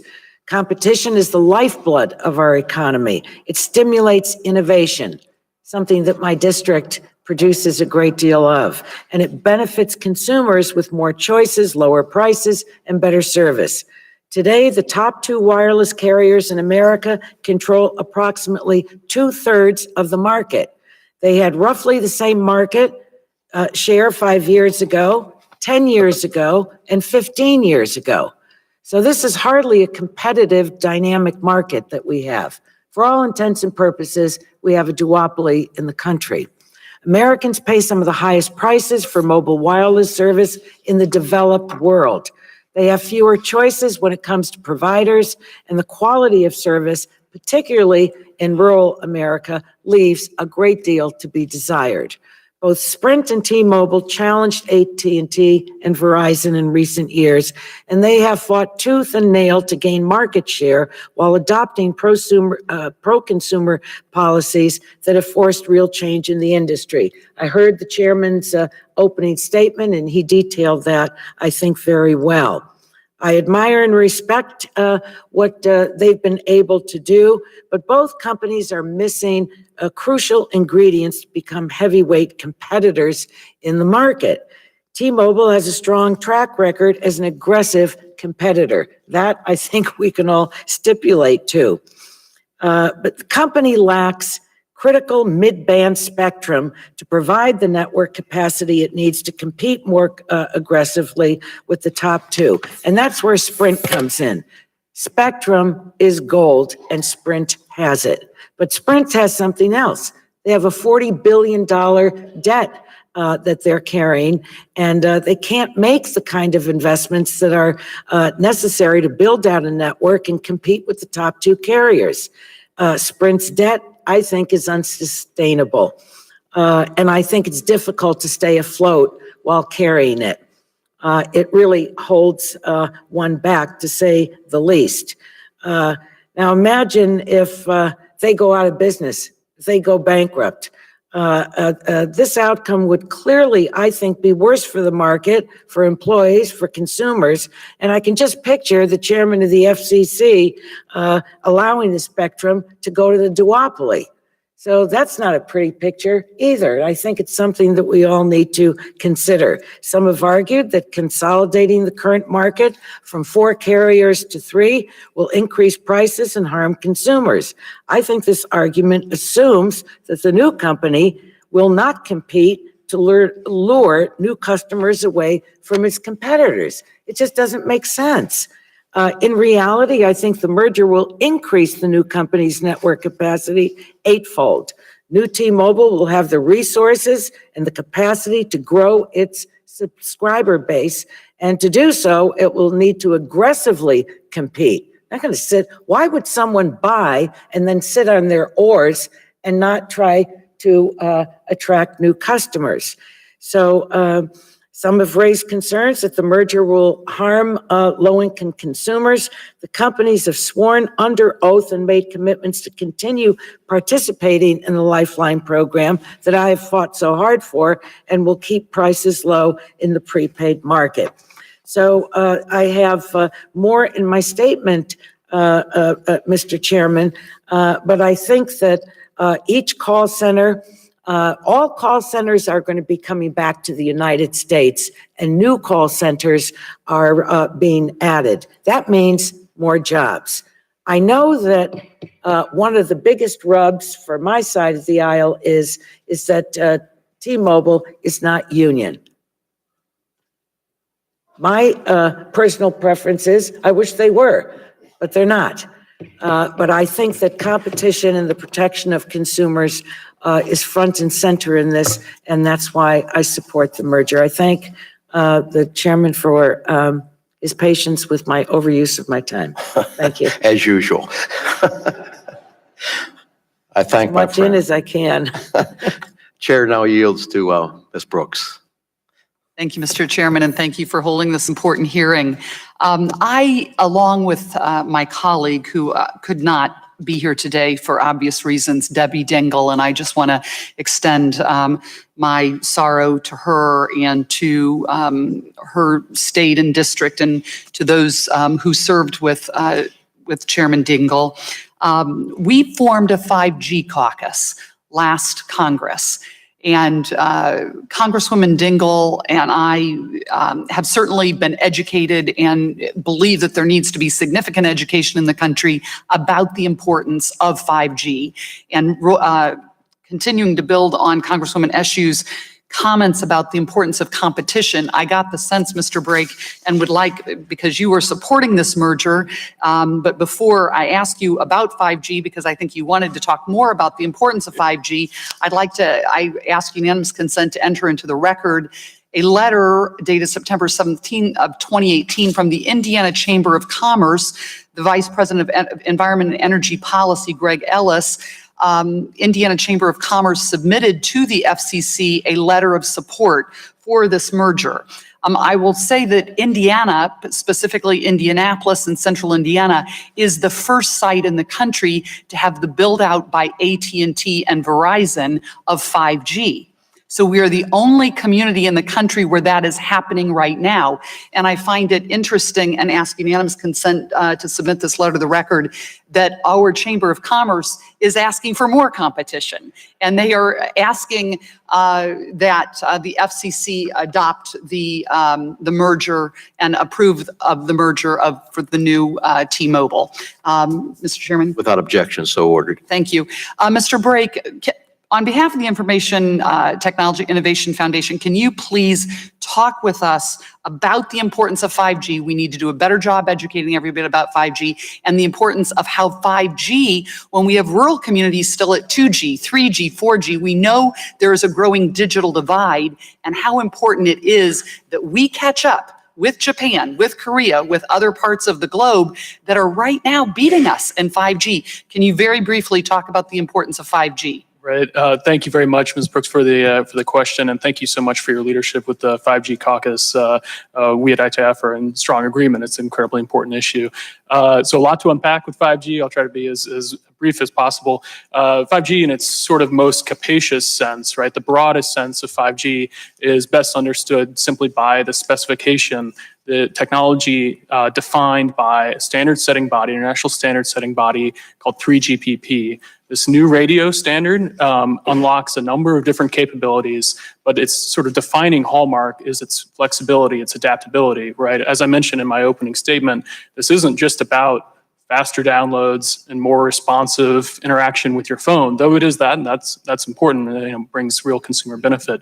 But there are a number of ways in which the technology can adapt itself to, for example, can radically simplify communications for IoT devices. So if something only needs to wake up, once a day to send a little, few packets of information about the humidity on a farm or a water main leak or something like that, it can do so while maintaining extremely long battery life measured in the terms of years rather than days.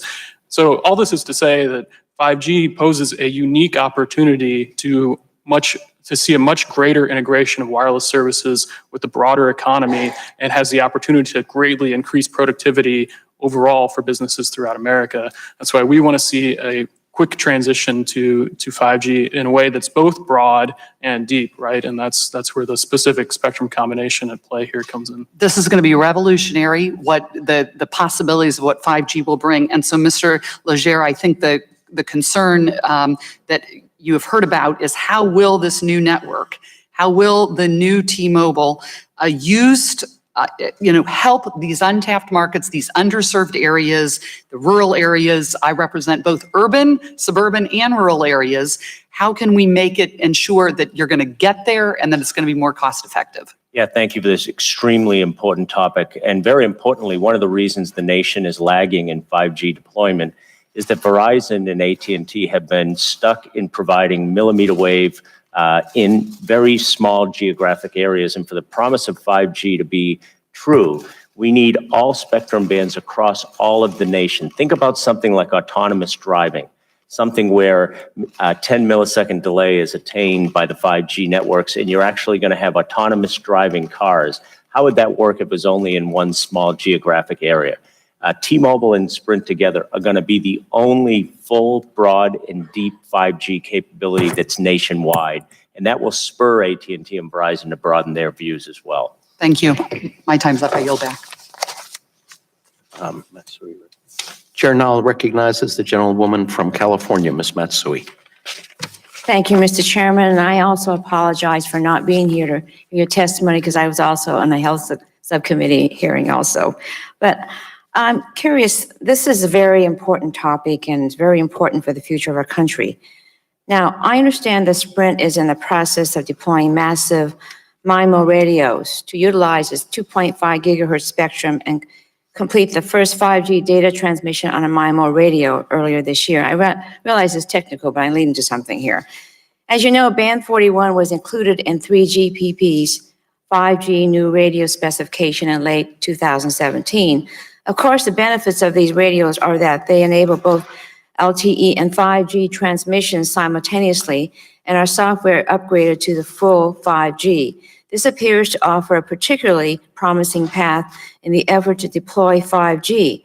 Mr. Claure, with Sprint already deploying this radio technology, is it necessary for the company to combine to deliver its next generation offering? Yes, thank you for your question. The important part when you build a 5G network is you want to be able to combine capacity, which is what a Sprint has through massive MIMO and others, with coverage, which is what a Sprint lacks. It will be no good for a Sprint to offer just 5G in some specific neighborhood or some specific cities. What this is going to allow us to do when we merge with T-Mobile is we're going to be able to have the ultra capacity that you've mentioned combined with the Sprint, with T-Mobile's 600 megahertz spectrum that will give us the coverage. So it is necessary in order for the U.S. to lead in 5G, which is quite necessary for our country.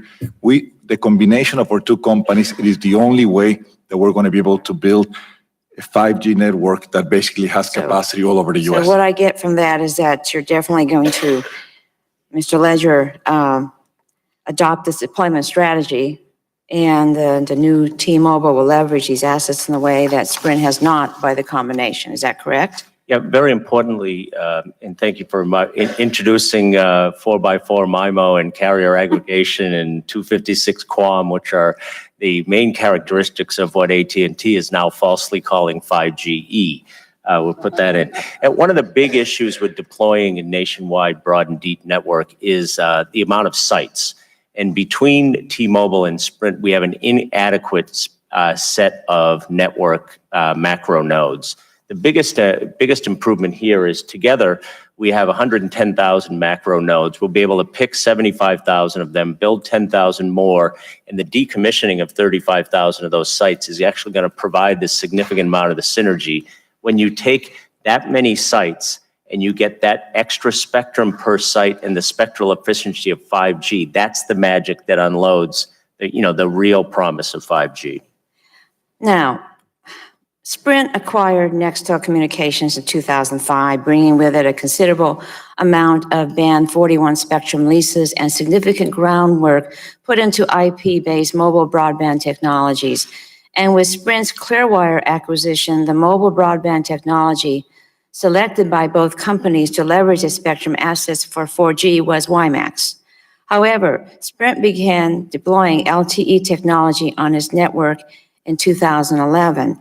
And the leap from third to fourth generation of mobile internet that WiMAX was supposed to offer by utilizing Sprint's 2.5 gigahertz spectrum assets was not fully realized.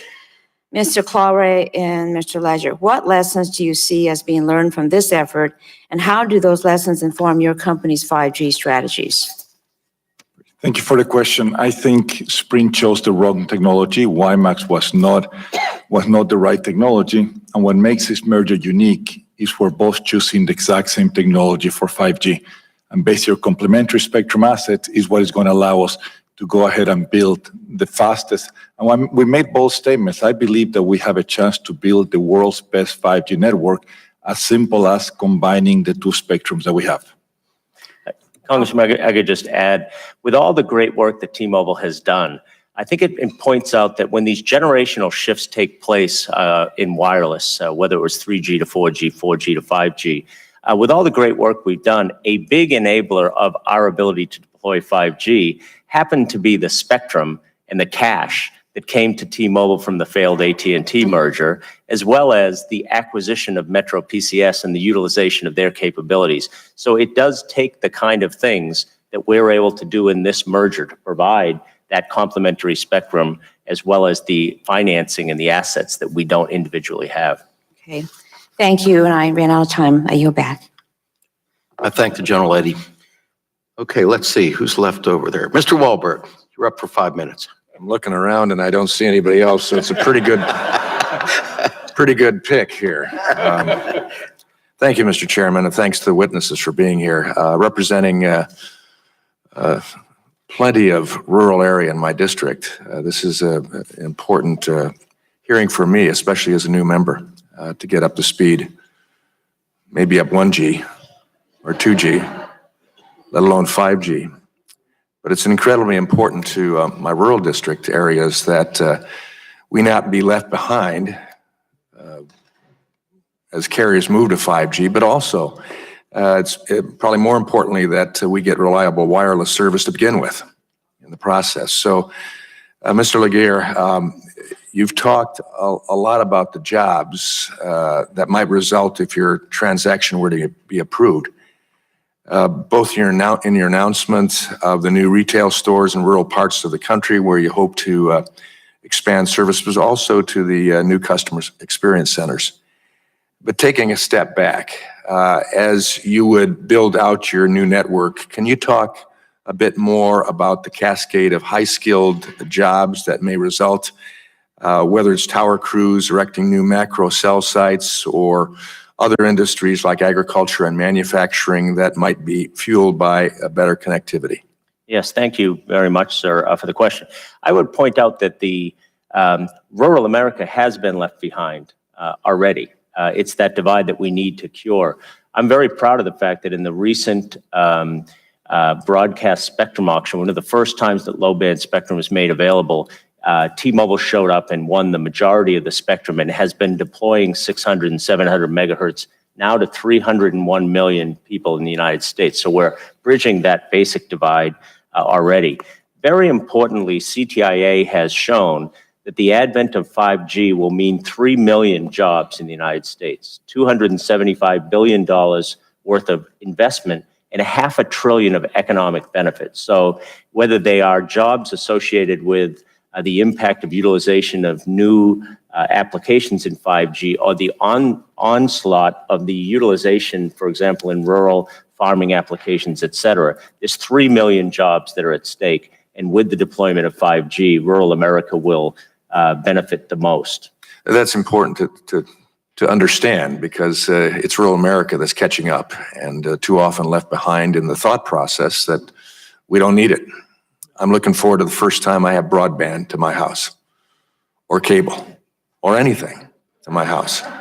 My agricultural industry is way beyond now what the capabilities they have available to them in many places. Mr. Clary and Mr. Laguerre, there's been a lot of discussion today about the spectrum bands that would help make new T-Mobile competitive and able to better serve rural America. But Sprint also has a widespread network of wireless assets that would be just as critical for connecting the new network to the backbone and ensuring Michiganders can get wireless broadband access. Can you talk about, both of you, about these wireline components? While maybe not as exciting as the flashy 5G, how will those position your company to expand wireless connectivity to enterprises, customers, both small and large?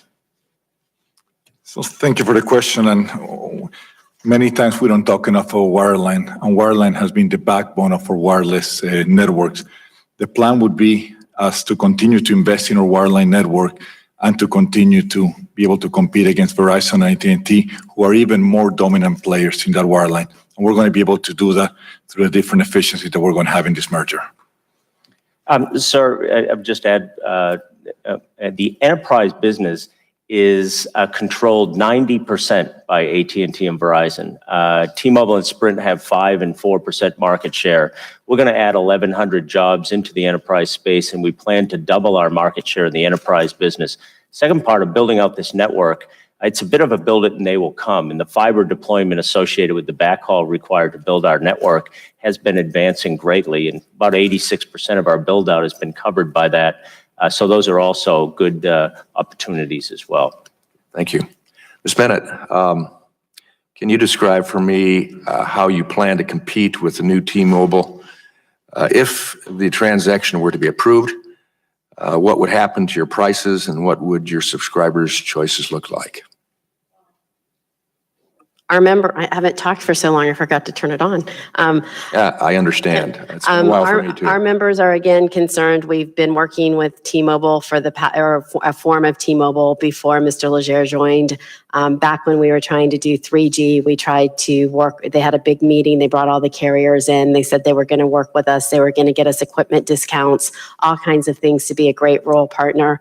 That never came to be. It was another promise they made to us that they broke. Again, that was not on Mr. Legere's watch. It was prior to him.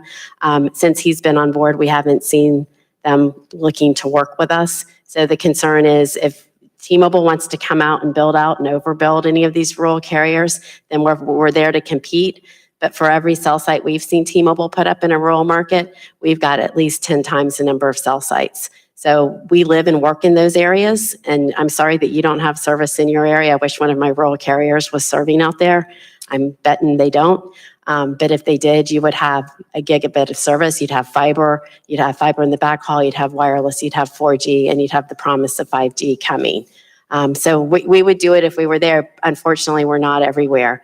And I think what T-Mobile probably fails to recognize is it takes a lot of work to build out a rural wireless network. We build out to where maybe only 8 people will use a cell site. I don't think they're going to do that. So thanks for extra time. Gentleman's time's expired. Chair now recognizes Mr. Schrader. Thank you, Mr. Chairman. Good hearing. I appreciate the hearing. Mr. Shelton, it doesn't seem like you're a big fan of this potential merger going forward. And I guess I have a question. My understanding was that CWA was a big fan of the AT&T T-Mobile merger, which would have consolidated the marketplace much more than what we're talking about here. So why was CWA in favor of one and not this particular merger? During that merger, we had a written binding commitment for jobs and a binding promise not to interfere with our organizing at the new company. And that's why we were. Oh, well, okay, I understand that. That was to protect the union workers, but one could argue the consumers might have been terribly disadvantaged with that degree of consolidation. I just put that out there. I appreciate the work you're doing, though, very, very much on behalf of working men and women. I guess for Mr. Legere, T-Mobile has been, especially since your tenure, been very disruptive. I mean, in a positive way, very innovative. Coming up with new ideas for the marketplace. Once you and Sprint, merge together, you become one of the big 3. Obviously there's not a lot of incentive to do that anymore. Can't consumers expect to see less innovation from T-Mobile, the new T-Mobile? Yeah, thank you very much for the question. Several pieces. In spite of how innovative we've been and the changes that we've been able to create, we've been unable to crack the share of the top 2. They're fighting. We drag them kicking and screaming. But the capacity and the scale and the power of the network that this will give us will really let me take it to them and bring competition in a way it hasn't been seen before. And I'm salivating to take it to the cable players as well. Suffice it to say, if in fact there was ever a fear that there would be a cozy side discussion of the Apple vendors getting together, I'm pretty sure these folks wouldn't speak to me if I was the last person in the room. So that's what this is about, is creating scale and capacity to supercharge this Un-carrier, bring the country to the forefront of 5G, and really drag these duopolies kicking and screaming to what they need to do for the consumer in wireless, rural, as well as let's get into the in-home broadband market as well and make these cable guys start playing also. Very good. Ms. Bennett, you've talked about the concern about low-income folks, the minorities, people that ostensibly don't have as easy access to internet services, broadband, and the merger could be very detrimental to a lot of those folks that rely on some of the largest from both Sprint and T-Mobile at this point in time. Question I have is, why are you so concerned about that? But the U.S. Hispanic Chamber of Commerce, the Black Chamber of Commerce, the National Hispanic Caucus of State Legislators, National Rural Education Association, Puerto Rico Chamber of Commerce, Silicon all think this is a good thing. Why the disparity? Well, first of all, I've been focusing on the rural carriers perspective, and we do have low-income folks in rural America that those carriers also serve. It's just a different position. I can't speak to why they are for it. It seems odd to me, and I'll just leave it at that. That's very fair, very fair. Ms. Laguerre, back to you. While the market share may be small, a lot of the population in different areas seems to be concentrated in the Sprint T-Mobile arena. With the merger, wasn't this going to increase consolidation in the marketplace from a pure population standpoint? And how do you respond to that as a problem? Yeah, well, first of all, the wireless business is a national market. Pricing is national, programs are national, advertising is national.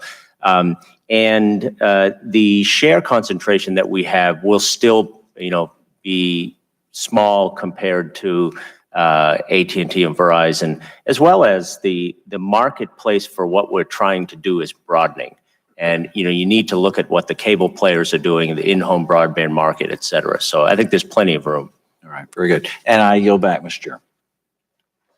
Thank the gentleman. Chair recognizes Mr. Bilirakis.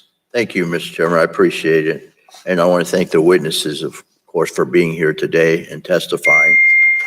Mr. Brake, toward the end of your written testimony, you mentioned costs associated with switching providers and number portability. Over the years, we've all seen the commercials and the cell phone market comparing rates, statistics, and data services. Can you further detail the ease, if it is easy, and cost of switching wireless providers? And do you have any information related to frequency a customer switches providers, whether in the prepaid or post-paid market? Sure. Thank you for the question. Right. So switching costs have historically played a very important role in competition and communications networks. I mean, going far back beyond even the advent of wireless, right? For wired telephone service, number portability played an important role. If you can't bring your own phone number that all of your friends know to a new network, you have little incentive to change costs. So there are a number of different tools that have made those switching costs lower and lower over time. That makes it very easy for consumers to change providers. I think an important one going forward is this advent of the so-called eSIM, the electronic SIM card that allows for consumers to very easily change carriers, and also plays an important role in the important future role in the MVNO market, when virtual providers can change the carrier that their consumers use. It has an important role in maintaining competition in those markets. Well, thank you very much. Mr. Ledger, based on what you've heard, in a post-merger world, if one of your competitors offers a great deal to new subscribers, will new T-Mobile be worried that it will lose users and feel pressure to offer a substantially similar deal to retain consumers in the marketplace? Yeah, thank you very much for the question. I want to point out that T-Mobile has been one of the main reasons that customers are able to switch. Amongst the first things that I did was separate the device and the rate plan so that customers would know which was which, eliminate all contracts, and then I instituted the payment called Contract Freedom, where I would pay any cost that would be required if you wanted to leave your carrier. We've also been a strong proponent of eSIM as well, which allows customers to move freely between them. I'm not afraid of any kind of a competition from a standpoint of creating the value that customers would need to switch. And with the capacity that this network will bring and the scale and scope that I'll be able to have and the unit cost, it's highly likely that I'll be the one creating those offers that are going to cause people to think twice. Thank you. It sounds like there's decent competition within the marketplace. Is that correct? I mean, you just said that, so I'll assume that. Is that right? Yes. Yeah. All right. Let's see. In closing, like Mr. Walden, I want to acknowledge the process already in place for these types of mergers. The agency review process has been used successfully in the past to approve, conditionally approve, and deny mergers. Like the sought-after mergers before this, I have full faith that the FCC and DOJ thoroughly review all the facts to determine whether it is in the public interest, of course, the merger. Like the witnesses, I await the decision and the reasoning for that conclusion from all the information in the record. And I yield back, Mr. Chairman. Thank you for holding this hearing. I thank the gentleman. Chair now recognizes Ms. Clark. Thank you very much, Mr. Chairman. I thank our ranking member and our panelists for their testimony here today. Speaking on behalf of my constituents in Brooklyn, New York, they care about creating and keeping good paying jobs, particularly in New York City.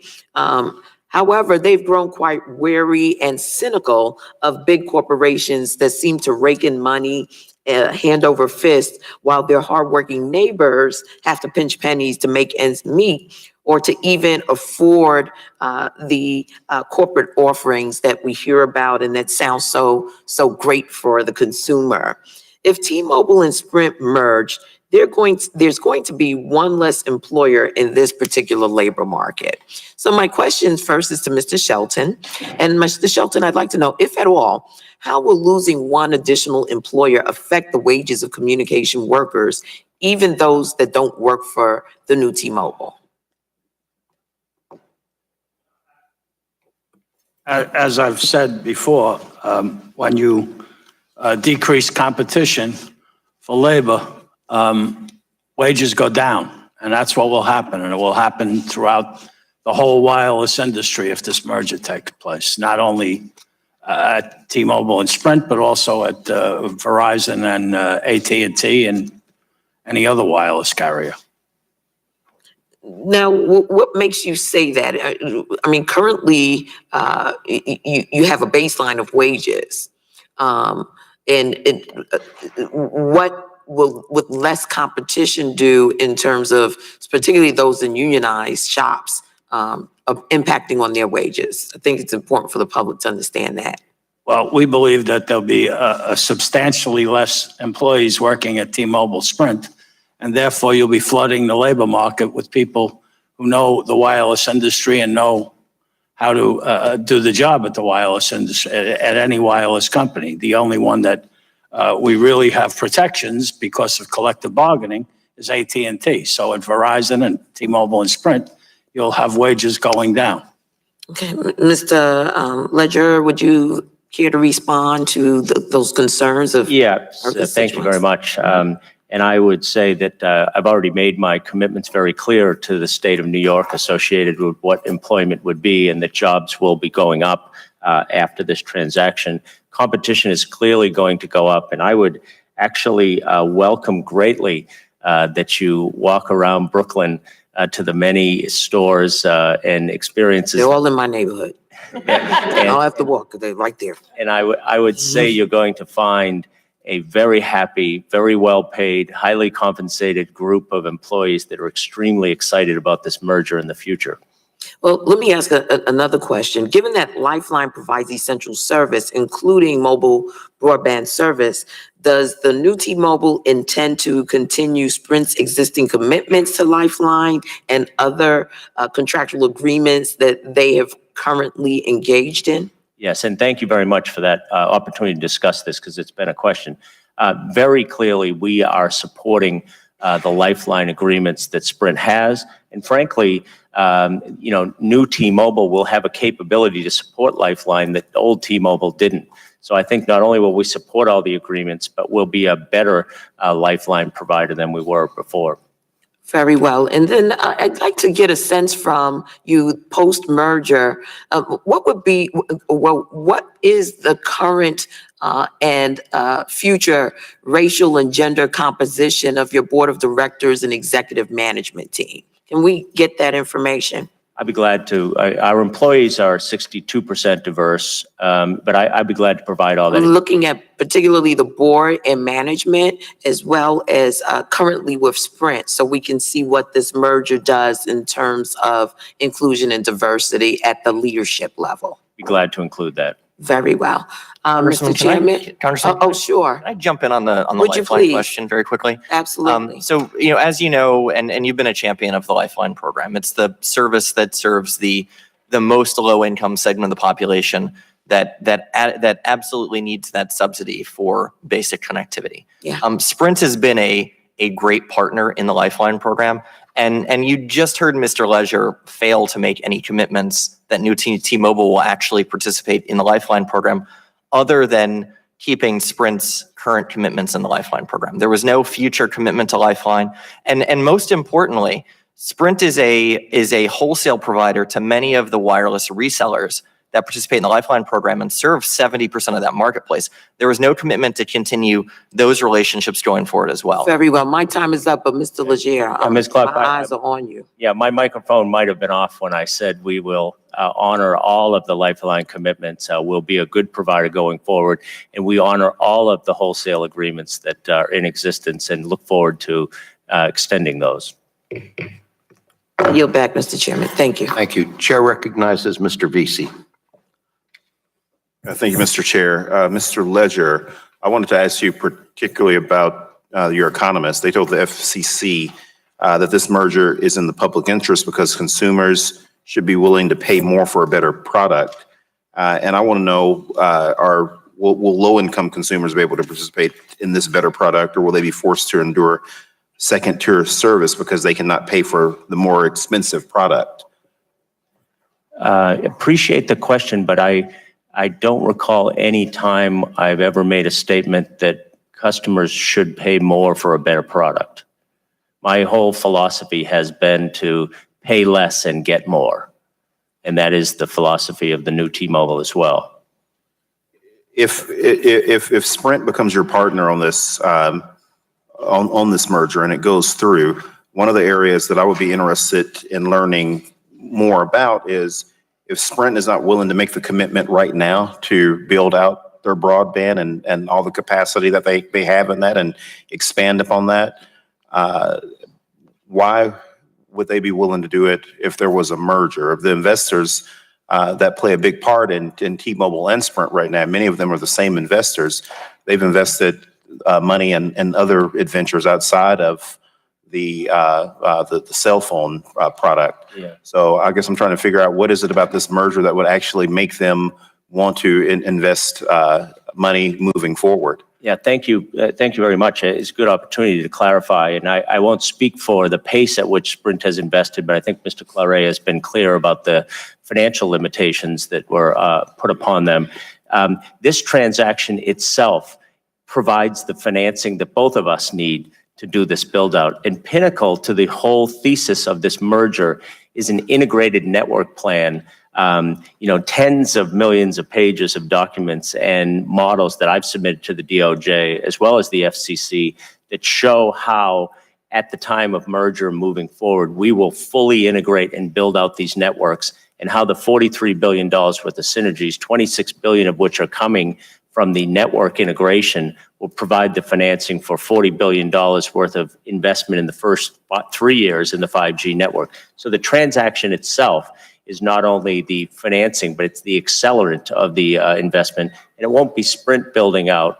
The new T-Mobile will be doing the integration and the build out of the network. The investors have the money right currently now. Why are they not building out that capacity as we speak? Again, I think we've both been very clear that neither of us have the capital and the financing to do this 5G build out. We have created a business plan and we have reviewed it with rating agents, and we do have the ability to finance this through the new T-Mobile's company, as well as the synergies that the deal will provide. And I just want to point out that at some point, synergies were referred to as job losses, and they're not. They're coming in the form of decommissioning of sites, of things that are part of the network integration. So that's the funding mechanism for this transaction. Thank you, Mr. Chair. I yield back. Thank the gentleman. Chair recognizes the distinguished minority whip, Mr. Scalise. Thank the gentleman. And second baseman. Best second baseman in baseball, right? Thank the gentleman from Pittsburgh for yielding. Pirates are represented very well with you, and appreciate the opportunity to talk about this merger, some of the things that could potentially be done to increase the ability for consumers to be able to experience 5G.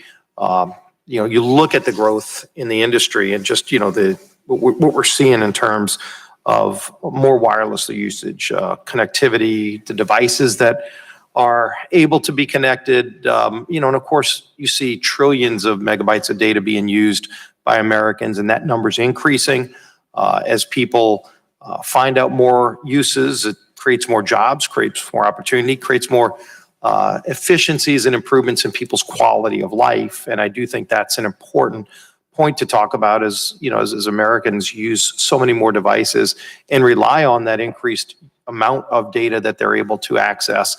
It does really improve their lives on a daily basis. Just things that I know I'm able to do. You watch how it's able to allow people to do more things and in a much more effective way. I know you've talked about the jobs. I think to me, some of the things that the Department of Justice should be looking at is, if this merger goes through, would it help consumers? Will it help lower costs? Will it create more jobs? And I know you've talked about some of that in your testimony, Mr. Ledger. So if you could first talk about the ability for consumers to have more competition and have access to lower costs for the increased amount of data that they're using. Thank you very much for the question. There's so much in what you said that's extremely important, including starting 5G. The promise of 5G is 100 times the speeds, 100 times the number of devices that can go on networks, 10 times the improvement in the response time or the delay that's created.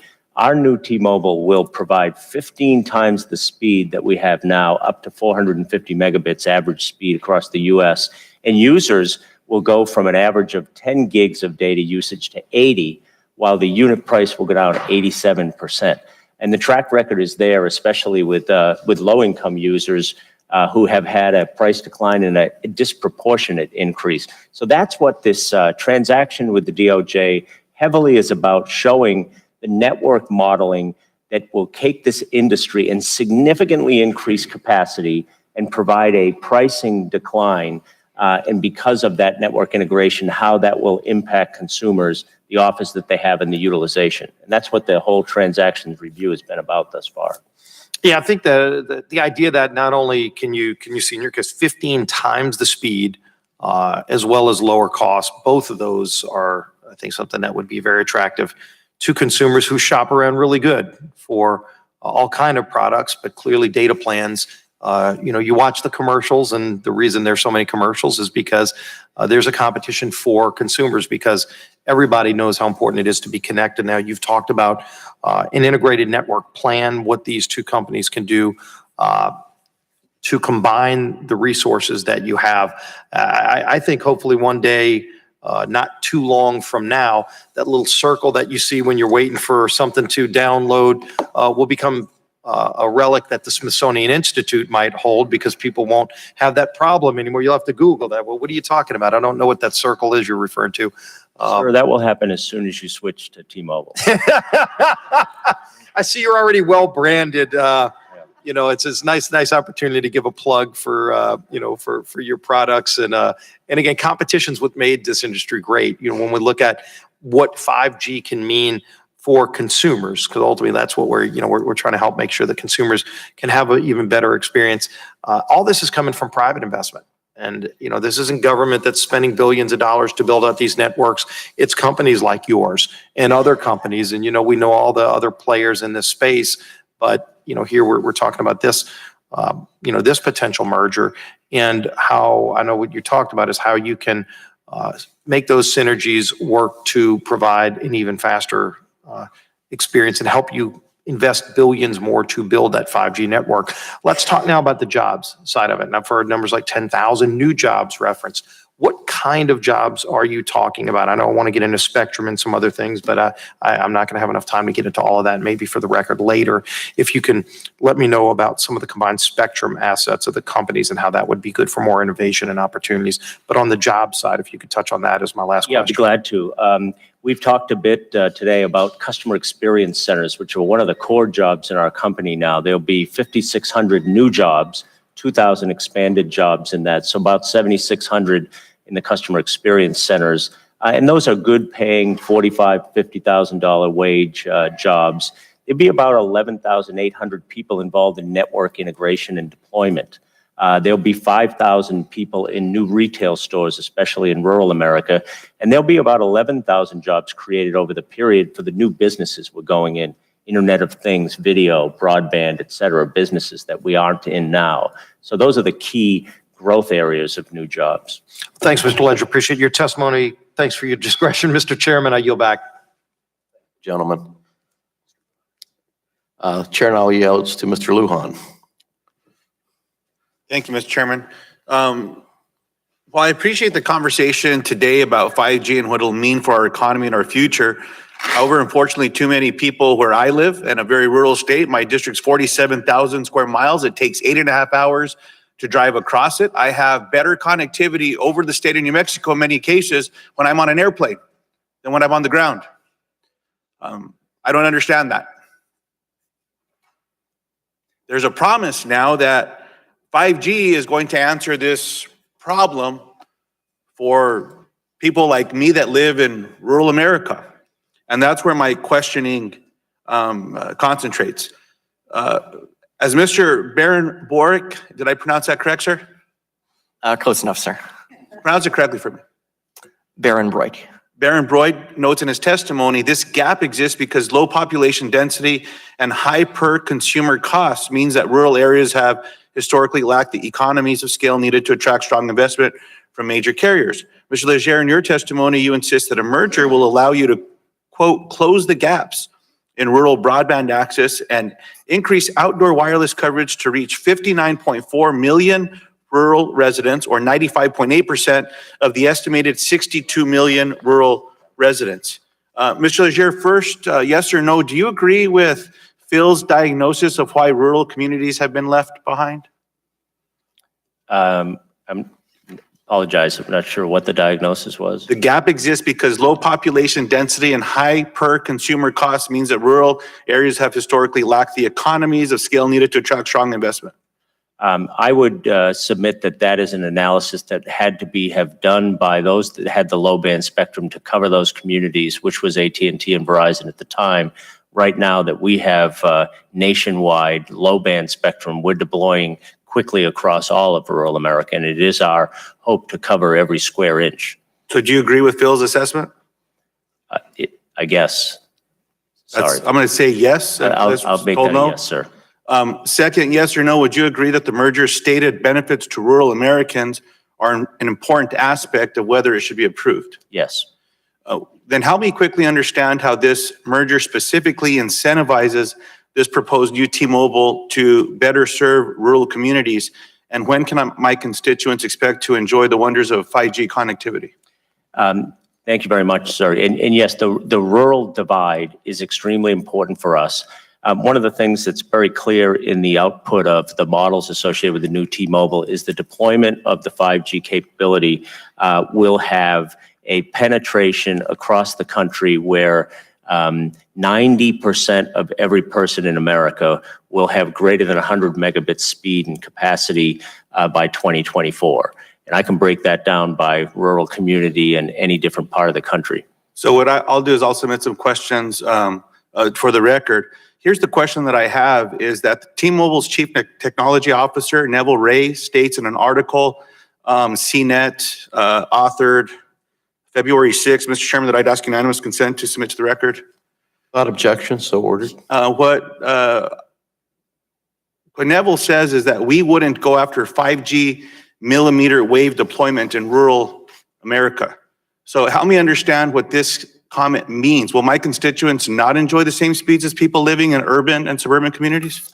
That's a very good point, sir. And I would point out that that's probably more of a condemnation on the Verizon and AT&T deployment of 5G only in millimeter wave spectrum, because the analysis would show that in order to use only millimeter wave to make a nationwide coverage, you would need a site every 1,000 yards, which would cost $1.5 trillion.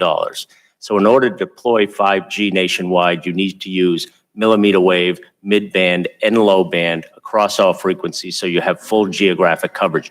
Nobody could cover the United States with millimeter wave spectrum. What's likely to happen is millimeter wave will be used in some densely populated urban areas and then enhanced with mid-band and low-band 5G coverage to make a broadband capability nationwide. So the concern that I have is we also don't have robust fiber in many parts of rural America, and that's where I point my question back to Phil to give you a chance to respond. I noticed your testimony, you discussed how 5G networks will need backhaul support from fixed broadband networks. Does anything about this merger address that need? Congressman, it's a perfect question. That's absolutely right. For 5G, especially for 5G that, we're talking about to get the full benefits of 5G that Mr. Brake has walked us through, you essentially need fiber backhaul everywhere to connect to those cell sites and towers. The companies don't actually bring those assets to the table. They need to lease those assets, which that is not a merger-specific necessity. They can lease those assets today. And T-Mobile, has gone out in the marketplace and acquired 600 megahertz spectrum. Kudos to them for winning that spectrum at auction, and they've started to deploy it. They're making the case that their 5G deployment in rural America is based on that 600 megahertz spectrum. Those are assets they already have. That is not a merger-specific benefit of this deal. And Mr. Chairman, I know my time's expired, but as a former regulator, details matter. And when I'm told that rural America is going to get these assets and things don't exactly add up, I have a lot more questions. And so I appreciate the importance of this hearing, Mr. Chairman. There's some important aspects that we need some answers to associated with the commitments with mapping and looking at rural deployment. So thank you, Mr. Chairman. Chair recognizes Mr. Cardenas. Thank you very much. Thank you very much, Mr. Chairman, and thank you so much for bringing this important hearing before the public. Mr. Legier, I understand you've made commitments to continuing the Lifeline program. You used the word "I will honor" just a few minutes ago. T-Mobile began withdrawing from the program in 2014 and no longer provides Lifeline services today. This service is extremely important where connectivity is basically required to survive, both economically and when it comes to safety and education, et cetera. What's your commitment to Lifeline, and how long do you intend to continue offering Lifeline services should this merger go through? And when you say you will honor, are you talking about the current CEO, Legier, or are you talking about the new T-Mobile will commit to that in writing and make it real beyond your tenure? The person and the new T-Mobile will put in writing and commit to honoring the Lifeline agreements that Sprint through Assurance has. And I would point out that T-Mobile didn't withdraw from the Lifeline market. We moved to being a wholesale provider of it. But yes, the commitment is from the new T-Mobile, and very willing to put it into any form. Well, thank you for clarifying. I wouldn't want to mischaracterize your business practices, but when you look at Mr. Claure, his Sprint is more robustly involved in the Lifeline program. What I would love to see is a future, if this merger goes through, a future organization, the new T-Mobile, as some people are calling it, to actually be more like Sprint. So, Mr. Claure, what would the new T-Mobile have to do in order to adopt and expand on what you've been able to do with your company? Thank you for the question. The new T-Mobile has made a commitment, and they've done it in writing, and we've taken one step above what was required from us, and that is make a voluntary filing to the FCC that includes Lifeline. Nobody asked us to do that. We thought it was the right thing to do. On that point, is the new T-Mobile willing to do exactly what Mr. Claure just described? Should this merger go through? Let me add one quick thing, and that is, we always got to look at, yes, Mr. Legier is the CEO, and there will be a new T-Mobile. But what is important to know is the new network we're going to build is going to have 8 times the capacity that we have today. So therefore, we have an economic incentive to bring as many customers as we can, whether they're Lifeline, whether they're prepaid, or they're postpaid. So yes, we make commitments, but in addition, we have an incentive to do that just to fulfill our business plan. Now, my question to you, Mr. Legier, about following suit with what Sprint has done to actually file a commitment in writing. Is the new T-Mobile ready to do that? Yeah, just the clarification, sir. It was me that made the filing on behalf of the new T-Mobile. And I want to reiterate, we're merging with Sprint. Sprint's not going away. So all of the good characteristics and behaviors of Sprint, we're adopting into the new T-Mobile, and this is one of them. And I will make the commitment in Lifeline in whatever form is needed. Mr. Barenbroek, are you familiar with that, that submission in writing that they're referring to? Yes, sir, I am. Is it what I seem to be describing, or is it a little bit less nuanced than that? And is it, what is it? It's heavily caveated, There you go. sir. And, like many of the commitments that we've seen here today, I think, Congresswoman Clark asked questions about Lifeline too. And the commitments were to honor existing commitments. There were no commitments to honor participation in the Lifeline program as the combined company going forward. Ms. Bennett has spoken about the high cost likely going up for roaming partners and in the MVNO market. That is a huge problem for Lifeline subscribers who may see costs go up and the commitments of these companies go down. Those issues all do need to be explored. And another thing, look, Mr. Legier, I've heard a lot of wonderful things about you and how you've really changed in a positive way T-Mobile. I commend you for that. American business. Also, Mr. Claude, I followed your career as well. One of you guys wears tennis shoes, the other guys wear hard shoes to work. Apparently the tennis shoes guy is going to stick around as a CEO likely, and then the hard shoes guy is going to probably remain on the board because of the shares that Sprint has or what have you. But what I've found when it comes to Lifeline specifically, I like the hard shoes guy and what he's been doing as CEO rather than the tennis shoes guy. So what are we gonna expect to see from the new T-Mobile when it comes to really adhering to this opportunity when you very clearly pointed out the market share opportunity for the new T-Mobile is going to be amazing, especially when it comes to your positioning to be able to provide 5G, which is the future of any provider?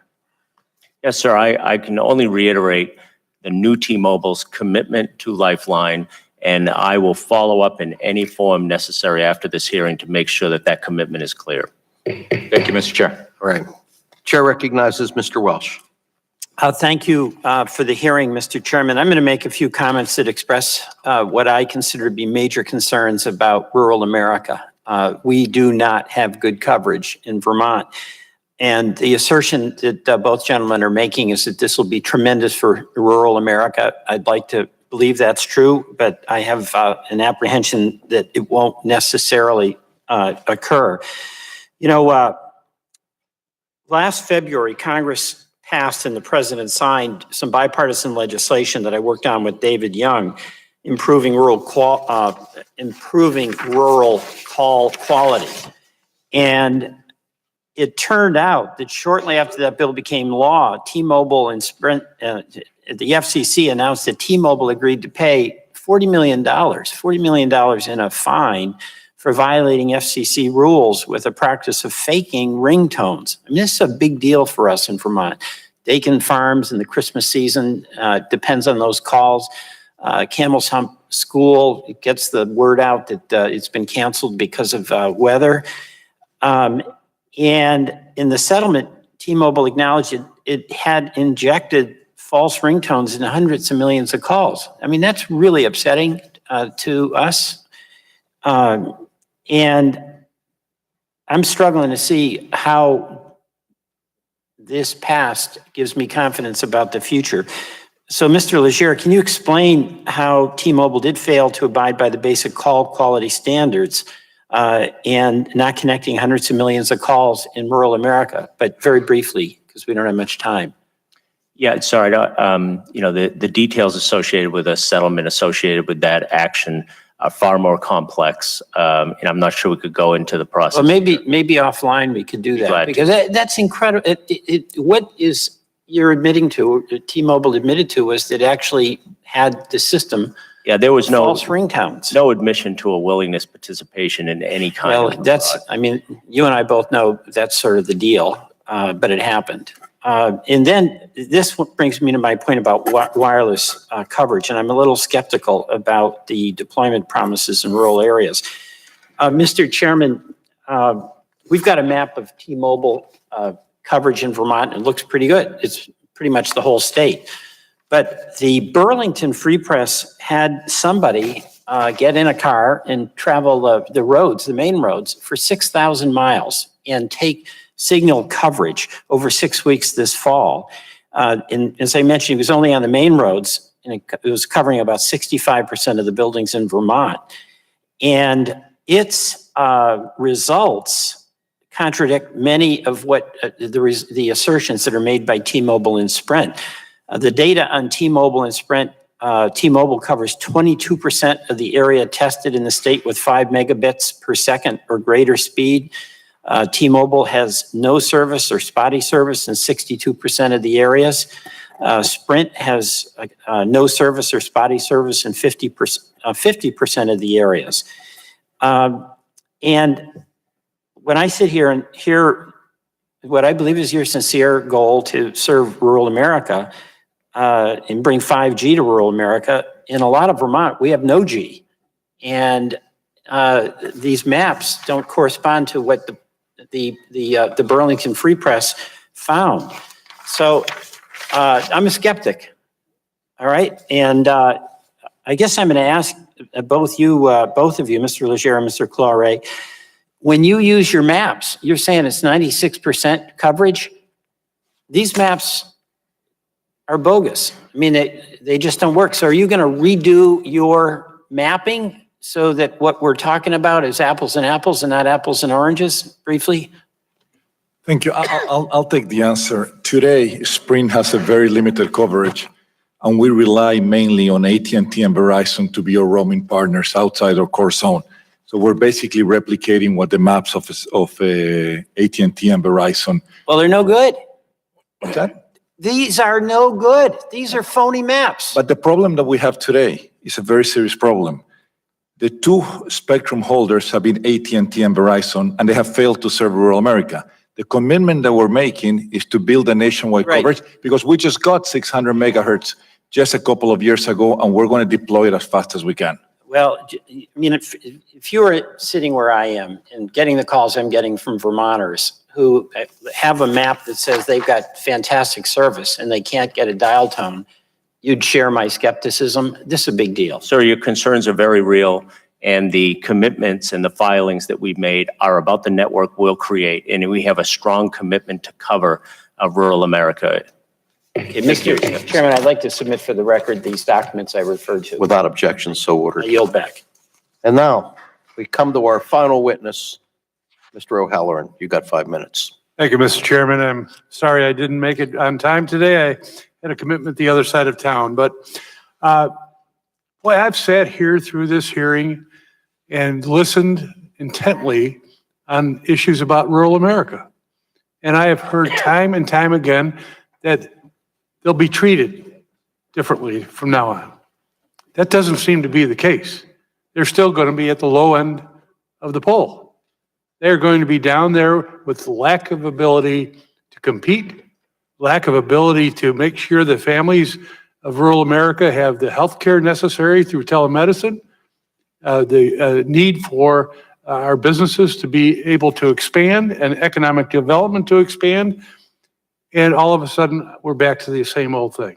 We're back to the cities and everybody else getting the higher amount of coverage than rural America.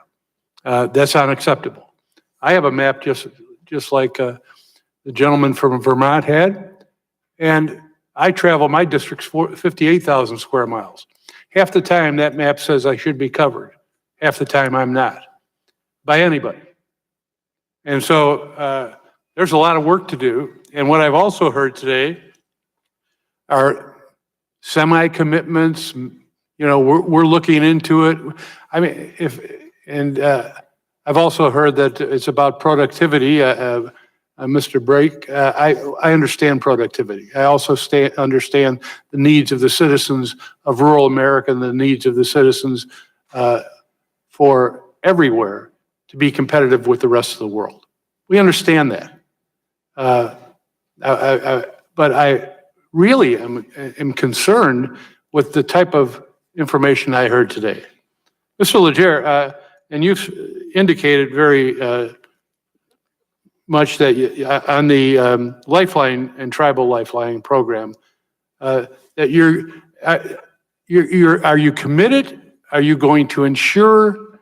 Or are you going to guarantee that those programs will be completed and stay?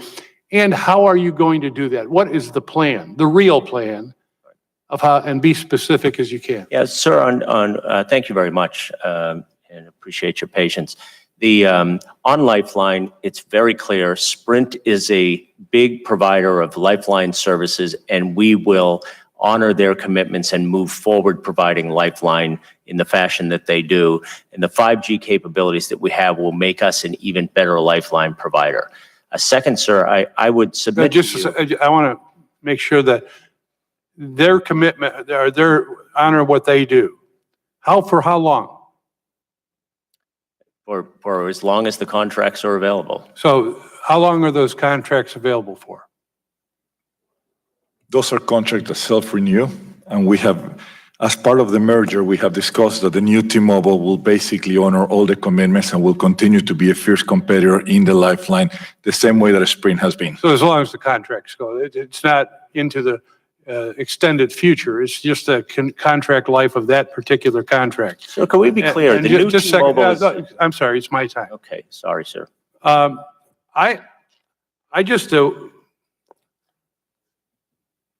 as somebody that represents tribal nations, 12 of them, as somebody that represents vast amount of towns in rural America, I'm really concerned from what I've heard. And Mr. I'm going to try to get your name right, but I know I'm not going to do it. Breck? No, never mind. What do you anticipate this merger's impacts could be on the tribal Lifeline program? And do you anticipate the FCC and DOJ will meaningfully enforce any conditional commitments made as part of an approval? And anything that we talked about here, if you have comment on that.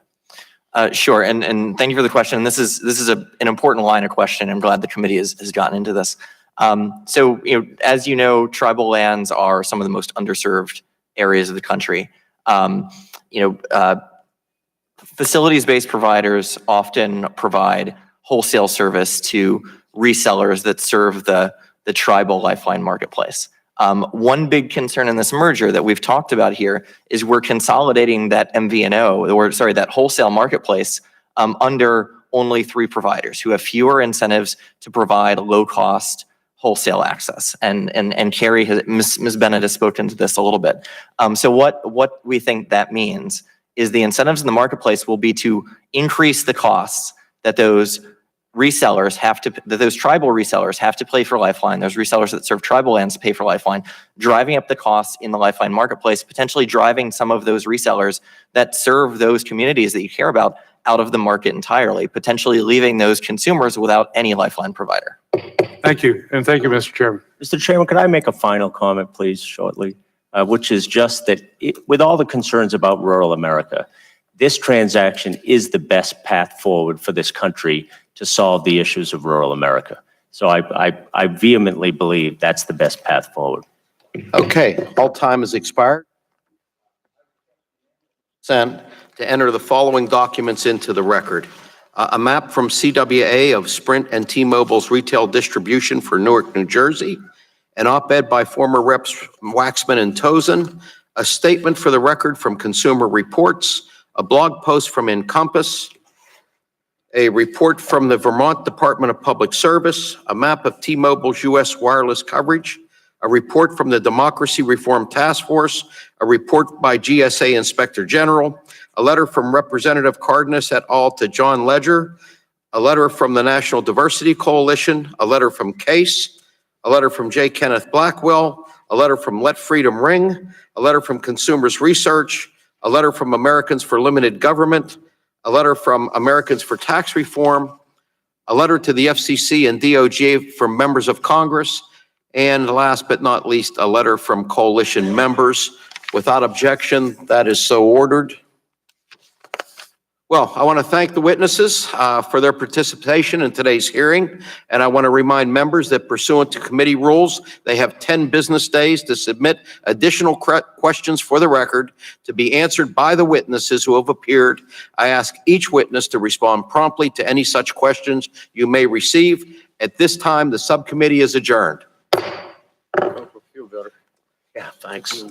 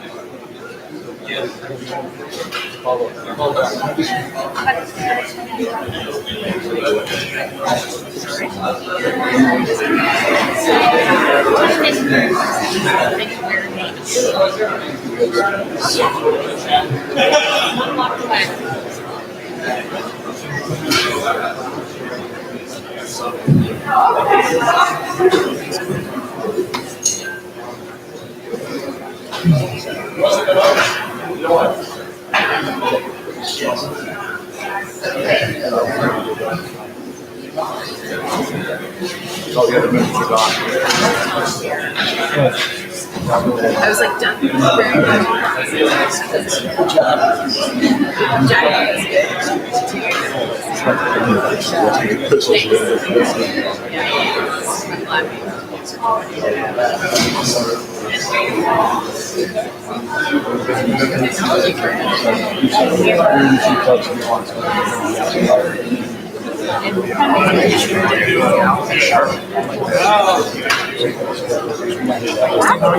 are you doing? You gonna take it? I think it